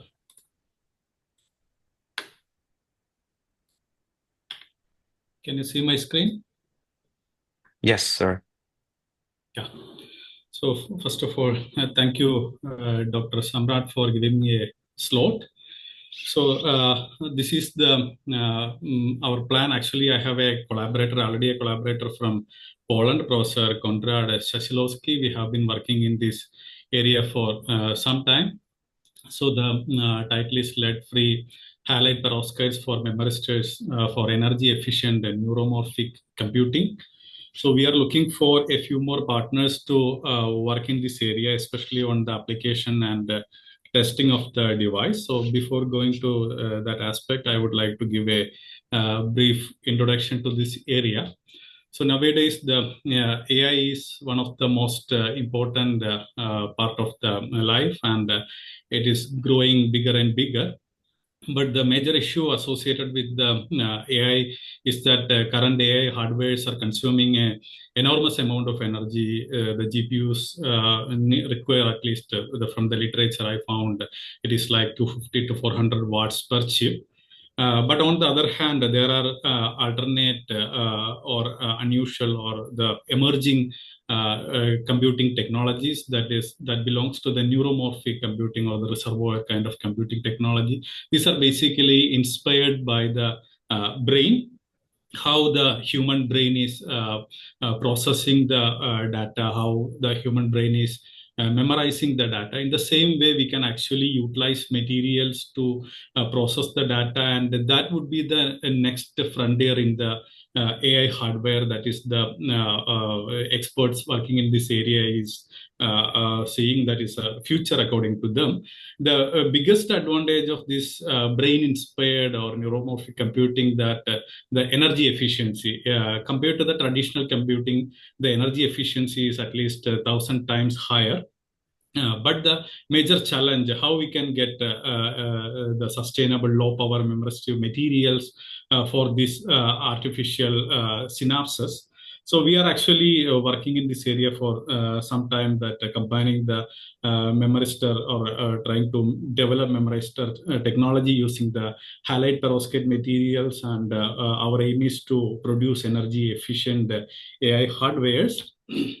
So this is my expertise. I'm a scientist at the CSIR NIST Trivandrum, and I'm a chemist, and we work on a lot of halide perovskite material, especially the lead-free material. Of course, we worked in the lead-based materials also. We could develop like materials with a different size, shape, and aspect ratio, like quantum dots, nano dots, or microcrystals with shapes like a cubic, hexagonal, rod-like structures or flake-like structures.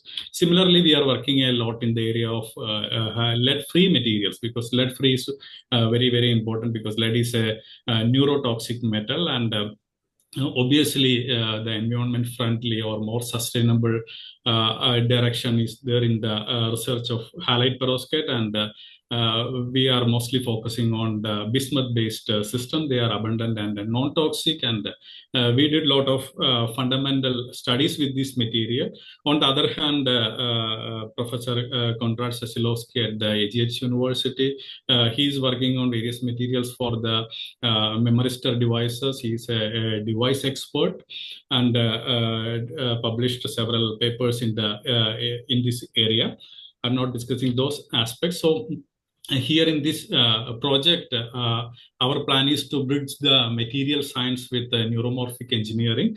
So the material side, I'm capable, my group is capable to work on bismuth or that kind of lead-free materials, and develop materials or engineer the materials suitable for this application. And together with me and Professor Konrad, we can develop synaptic devices and ultra low power devices, and we will be able to do it for the reservoir computing or the neuromorphic computing pattern recognition. And our main requirement is for the testing these devices in the more real world conditions. We look for more collaborators, especially from the European Union side, and industries who are willing to work with us, mainly for testing these devices in the real world conditions, and understand for what are the proper application or the real application we can use these materials. That's all.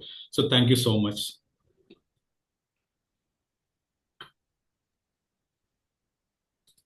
Thank you so much for this, very interesting presentation. Also, already, being quite advanced in the consortium preparation. And our next presenter is Mr. Mr. Vijaya Kumar. I already did. My presentation is already over. Okay. Mr. Saroj Sahu.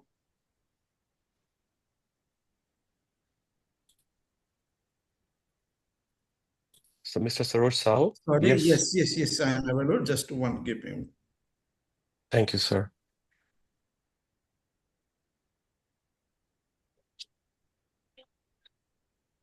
I think you can see my presentation right now. Yeah, perfect, sir. Please go ahead. Yeah. Okay. Thank you so much for giving me an opportunity to share my ideas. I am Saroj Kumar Sahu from Department of Environmental Science, Berhampur University. Basically, we are the group who has been developing greenhouse gas emission inventory for an inventory for different air pollutants, heavy metals across for India, which is, as you know, that India is one of the growing economy where the energy demand is changing, and along with your anthropogenic and natural process are also having different kinds in South Asia. So in that context, I am proposing one title that is short-lived climate forcing like methane and black carbon emissions over India, because as you know that methane and black carbon, one of the most important greenhouse and gases and pollutant which is responsible for recent climate change. And this kind of information is very limited over Indian domain. So we have been trying to develop such kind of data set for India and how this emission impacting the global climate. So we need to understand through your good number of climate modeling studies. So in that context, as you know that this is a black carbon is a very important dust, kind of very small particulate matter which is responsible to hold the temperature for and increase the internal temperature of atmosphere quickly. And methane, in terms of global warming potential, it is 30 times more effective than CO2, and it has short life span, so it has a more impact in terms of modulating the climate. And India in South Asia is one of the biggest source of methane and black carbon both, because our lifestyle in terms of livestock and our eating habits, like rice being more cultivated over India in South Asia, along with your different kind of practices like natural wetland, natural process, dust loading, every activity is kind of confined to India has a responsible for a huge amount of black carbon, CO, and methane emission in over the India.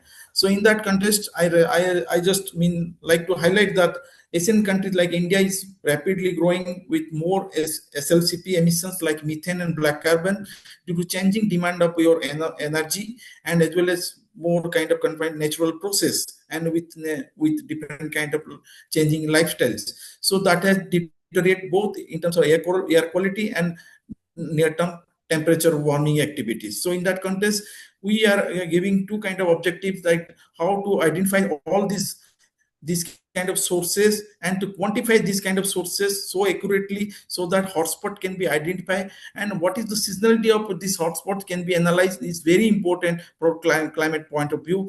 And this kind of information will optimize your climate modeling studies to understand the long-term impact of this kind of emissions because of India.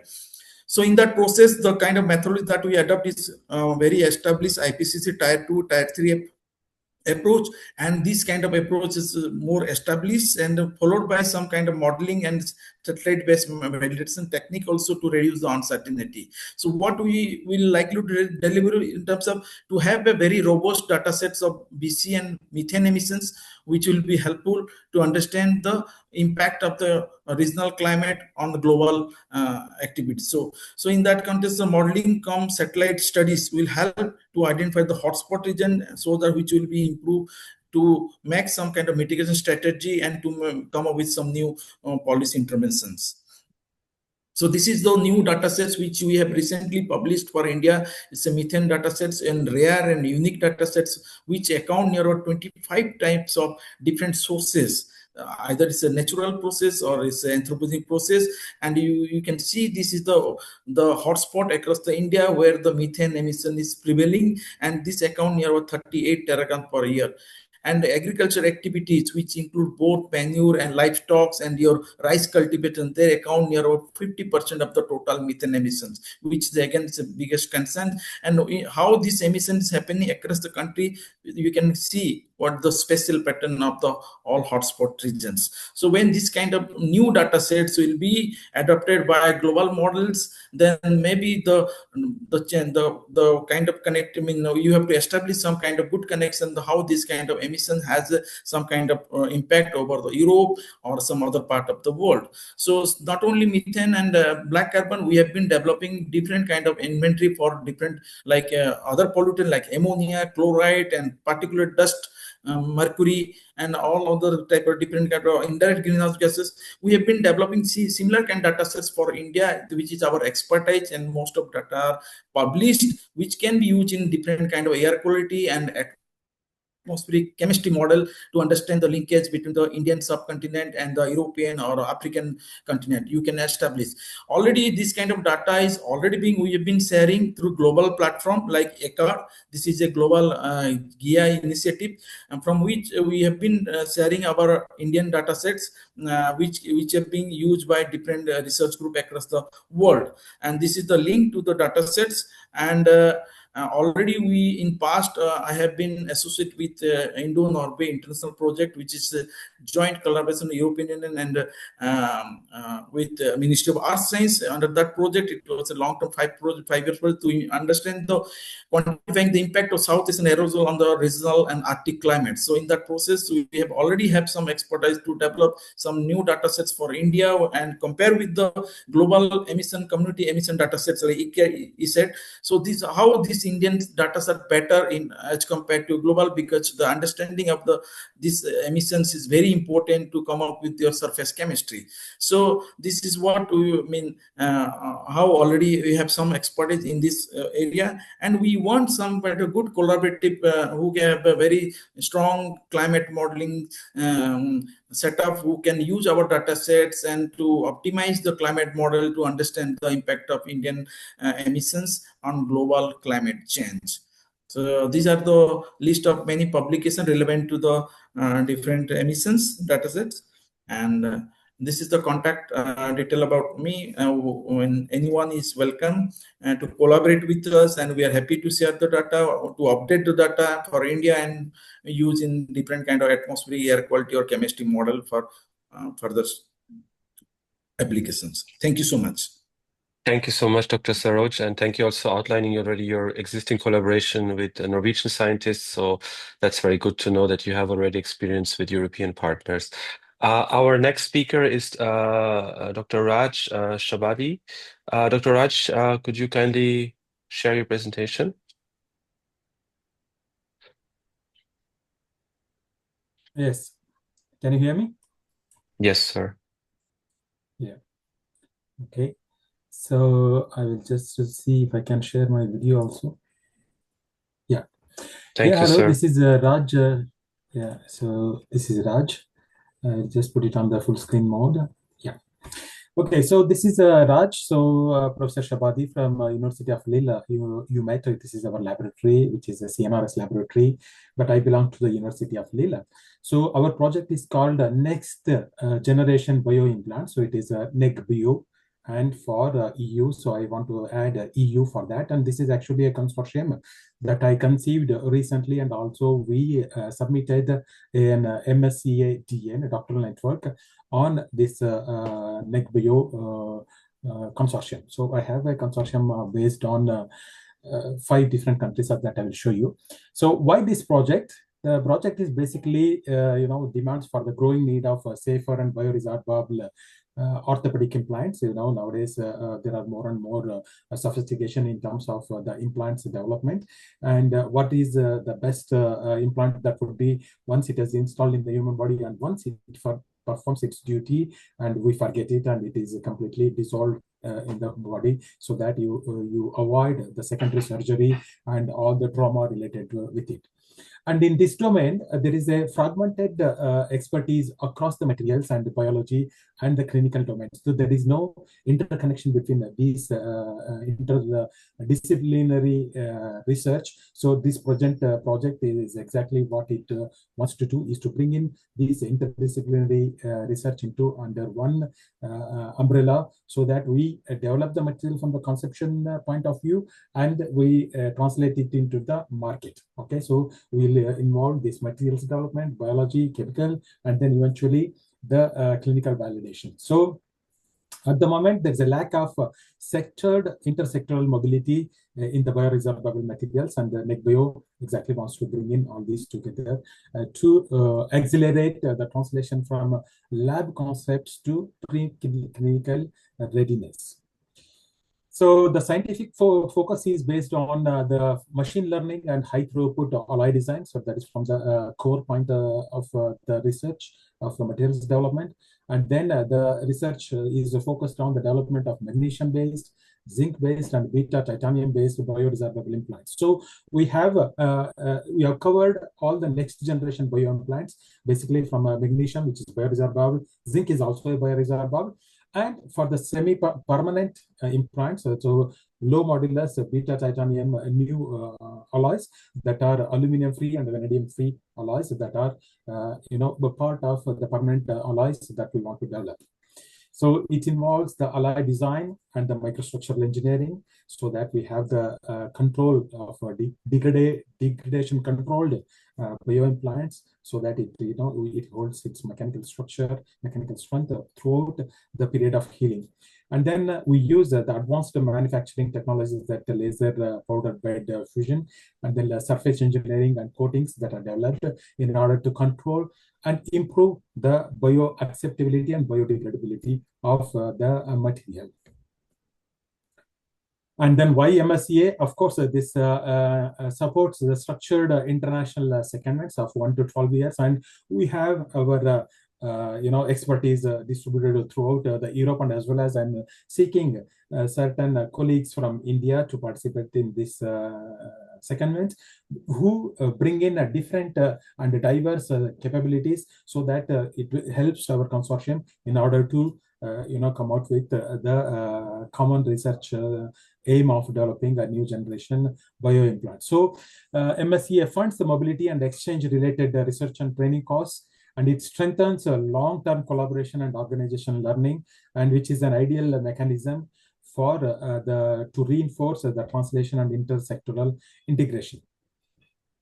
So the consortium structure, as of now, I have 5 different countries that are France. I belong to France and I am the coordinator, and Belgium, Denmark, and Czech Republic, and Spain. So we have 2 industrial partners that are from France and Czech Republic, and also 2 clinical centers which are available for our bio validation. So orthopedic expertise and translational constraints will be treated at the CSIR, it is a medical institute, and FNO in the Czech Republic.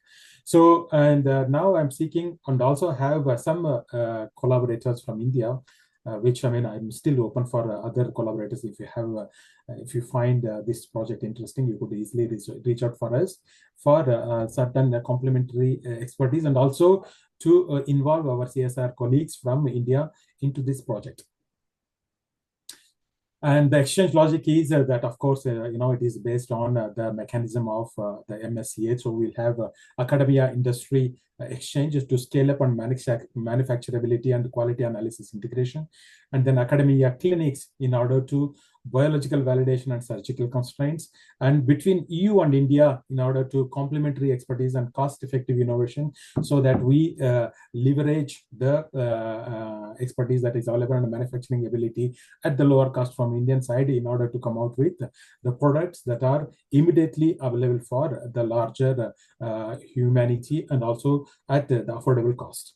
So this is also to structure the skill transfer beyond the standard collaborations that we have in the recent years. So the expected impact is the acceleration from the TRL 3 to 4 towards 5 to 6 in order to come out with a product, and strengthened European leadership in bioresorbable materials and the durable intersectoral collaboration model between India and European countries.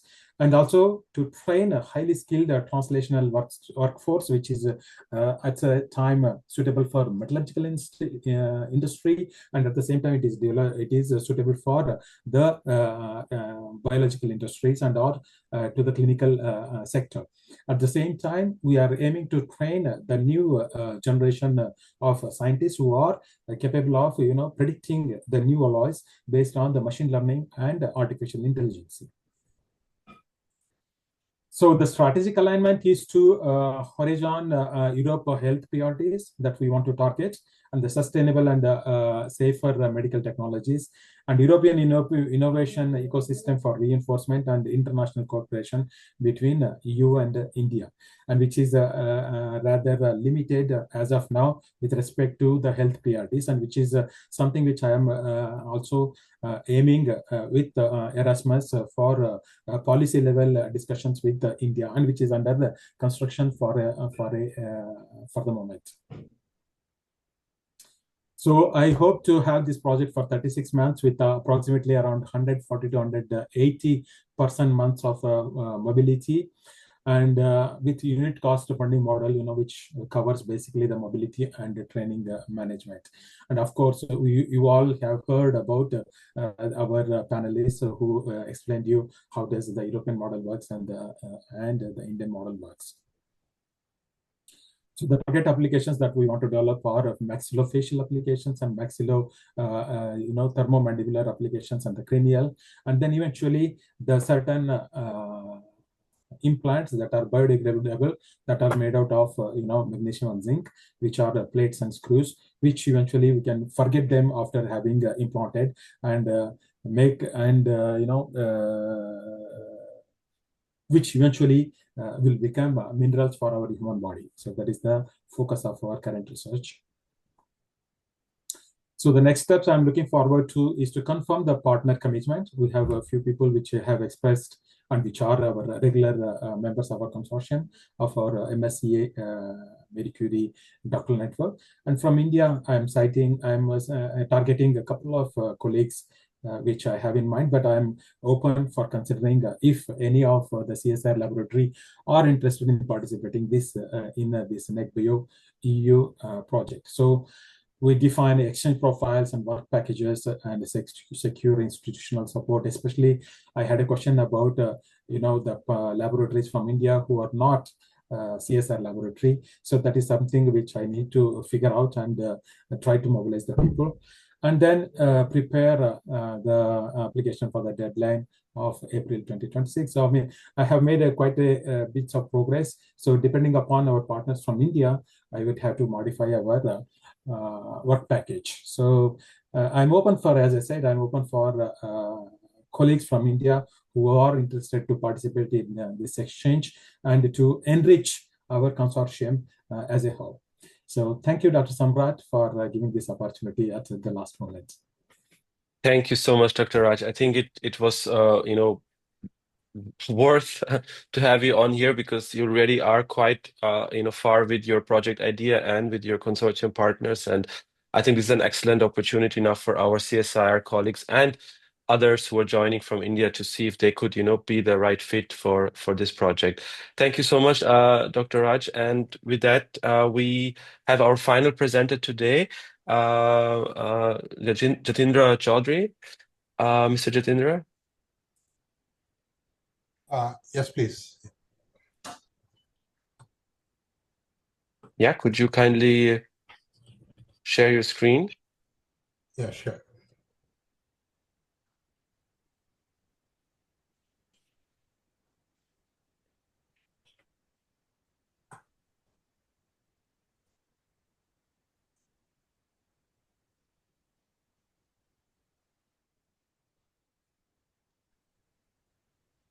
Perfect. Please go ahead.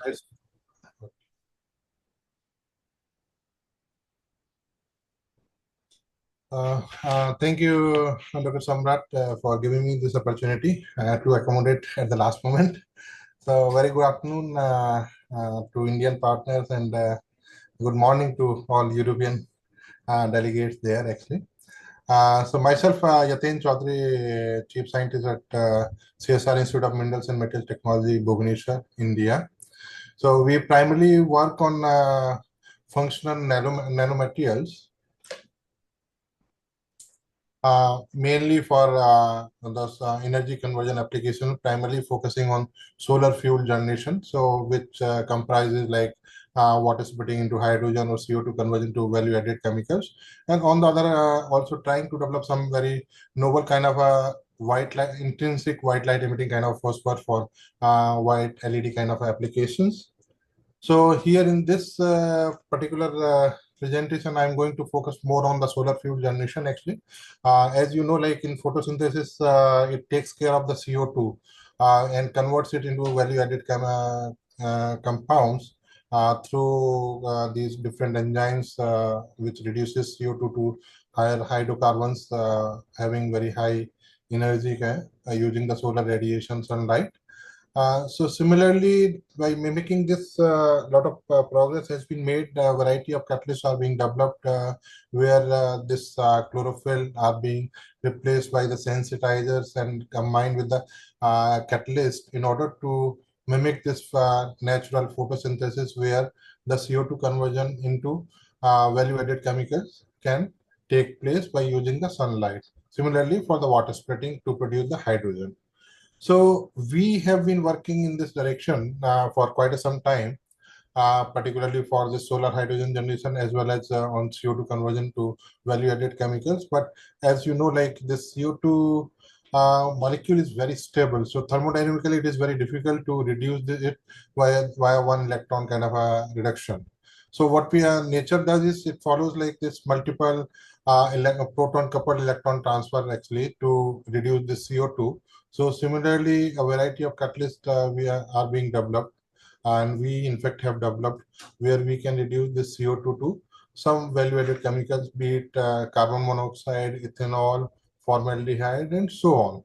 But again, apart from this, the thermodynamic barrier, actually, there are certain other problems associated with this CO2 conversion. One is that the recombination of charge carriers. Other one is the selectivity, because when we reduce the CO2, we end up having many products actually. So not just the one product. For example, if we reduce CO2, so we might get carbon monoxide along with some other maybe methane or some other product. So that is another problem. So for this, we have developed some heterostructure photocatalyst played with the doping and also modification with co-catalyst. And there again, the co-catalyst modification is in such a way that we are trying to make it atomically dispersed actually. Nowadays, you might be hearing this single atom, dual atom. So I prefer not to call single atom, dual atom kind of like for these inorganic kind of a catalyst. So here we prefer to say is atomically dispersed kind of a co-catalyst decorated photocatalyst for driving this CO2 reduction. So there we take care, we have been successful to some extent to address these two aspects actually to improve the charge carrier separation by introducing the hetero interface and also some other kind of energetics engineering that has helped. But again, the challenge with the selectivity lies. And for that, we have been working on mostly on earth abundant materials, elements based kind of a catalyst, not really using the platinum and iridium kind of a catalyst for this kind of a conversion. So these are like primary like iron, cobalt, nickel, copper waste kind of a catalyst we have been working on, and coupling them with those 2D kind of a materials, because 2D materials, like they have a very high surface area, and also they provide a much larger kind of a higher density of active sites where the reactant can or CO2 can interact over there. So these are some of the findings, our results, where we have been able to tune and a very selective kind of CO2 conversion, almost with the 98% kind of a selectivity. But again, it is CO2 to carbon monoxide, CO. This is another example with using the perovskite. And now, further, if you want to have converted CO2 to higher hydrocarbons, is much more challenging actually, because of this very sluggish kind of a kinetics of the CC coupling. So for that, we have developed some catalyst where we are able to convert this CO2 to even C2 kind of a compound, like in ethanol or so, with some 58 to 60% kind of a selectivity. As you can see there, some complications are there. And these are some other examples where we use the enzyme directly to drive these reactions, where we can get 100% kind of a selectivity and so on.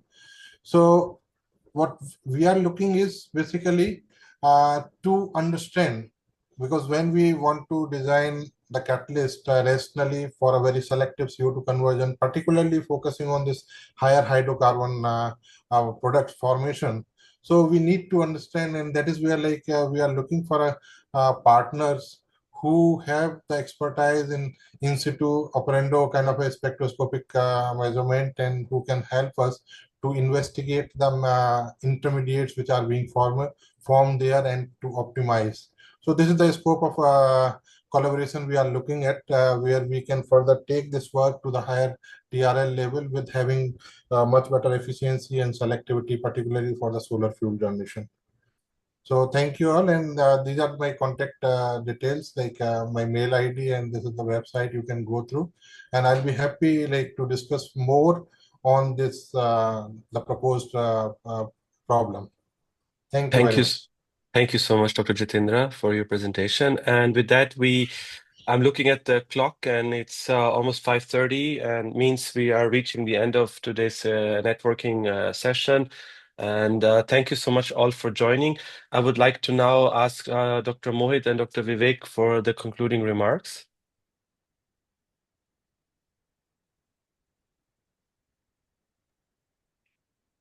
Hello. Yeah, Samrat, can I come in? Yes. Yeah, thank you very much for all your participation, and I can still see that there are 68 people still online.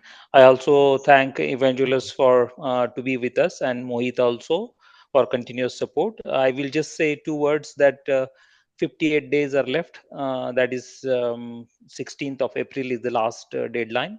So you have almost 58 days left to formulate a competitive proposal. And the second thing is all about people and people. So make sure this staff exchange is a tool to connect with the best networks in Europe, as well as Europeans with Indians. And this is a golden opportunity, and we will help our best the way you want to formulate. My friend Samrat and Mohit will be always there for all support. So we are working as a team. So hopefully we will see a very competitive proposal from your end. Thank you very much. Over to Mohit. Thank you, sir.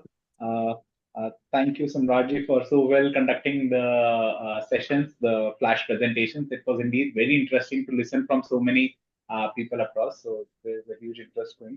And I think all these presentations are shared with all the people. So please make use of the interests that have been indicated, not only on the Indian side, but also on the European side. And we look forward to building strong, sustainable collaboration through the opportunity. Make use of it well. And like Vivek sir said, we are here to support you in any possible way that is possible for us. So best wishes to all of you. Thank you, Mohitji. Thank you so much. And I see that our colleague from Brussels is still with us. If I'm honest, I think it's lunchtime at your place, but thank you so much that you stayed on. And maybe also you could just give a few concluding remarks to the audience. Yes, thank you. Thank you, Samrat, and thank you all for the really valuable discussions at today's webinar, and also the interesting presentations during the second part. It's actually really inspiring to see enthusiasm, such an enthusiasm and commitment towards fostering collaboration through the MSCA Staff Exchanges and via this partnership between the European Union and the CSIR. And I really, especially after this webinar, I trust that we will see high participation from Indian partners, be it academic or non-academic, in this 2026 call, and this will lead to keep strengthening the ties and leading to sustainable collaboration. So thank you so much for today. Thank you, everyone. And with that, I say good evening to all of you in India and a good lunch time for everyone in Europe. And yeah, looking forward to seeing some excellent proposals coming now out of this session. Thank you so much, everyone. Bye. Thank you. Bye-bye. Thank you. Bye. Bye. Bye.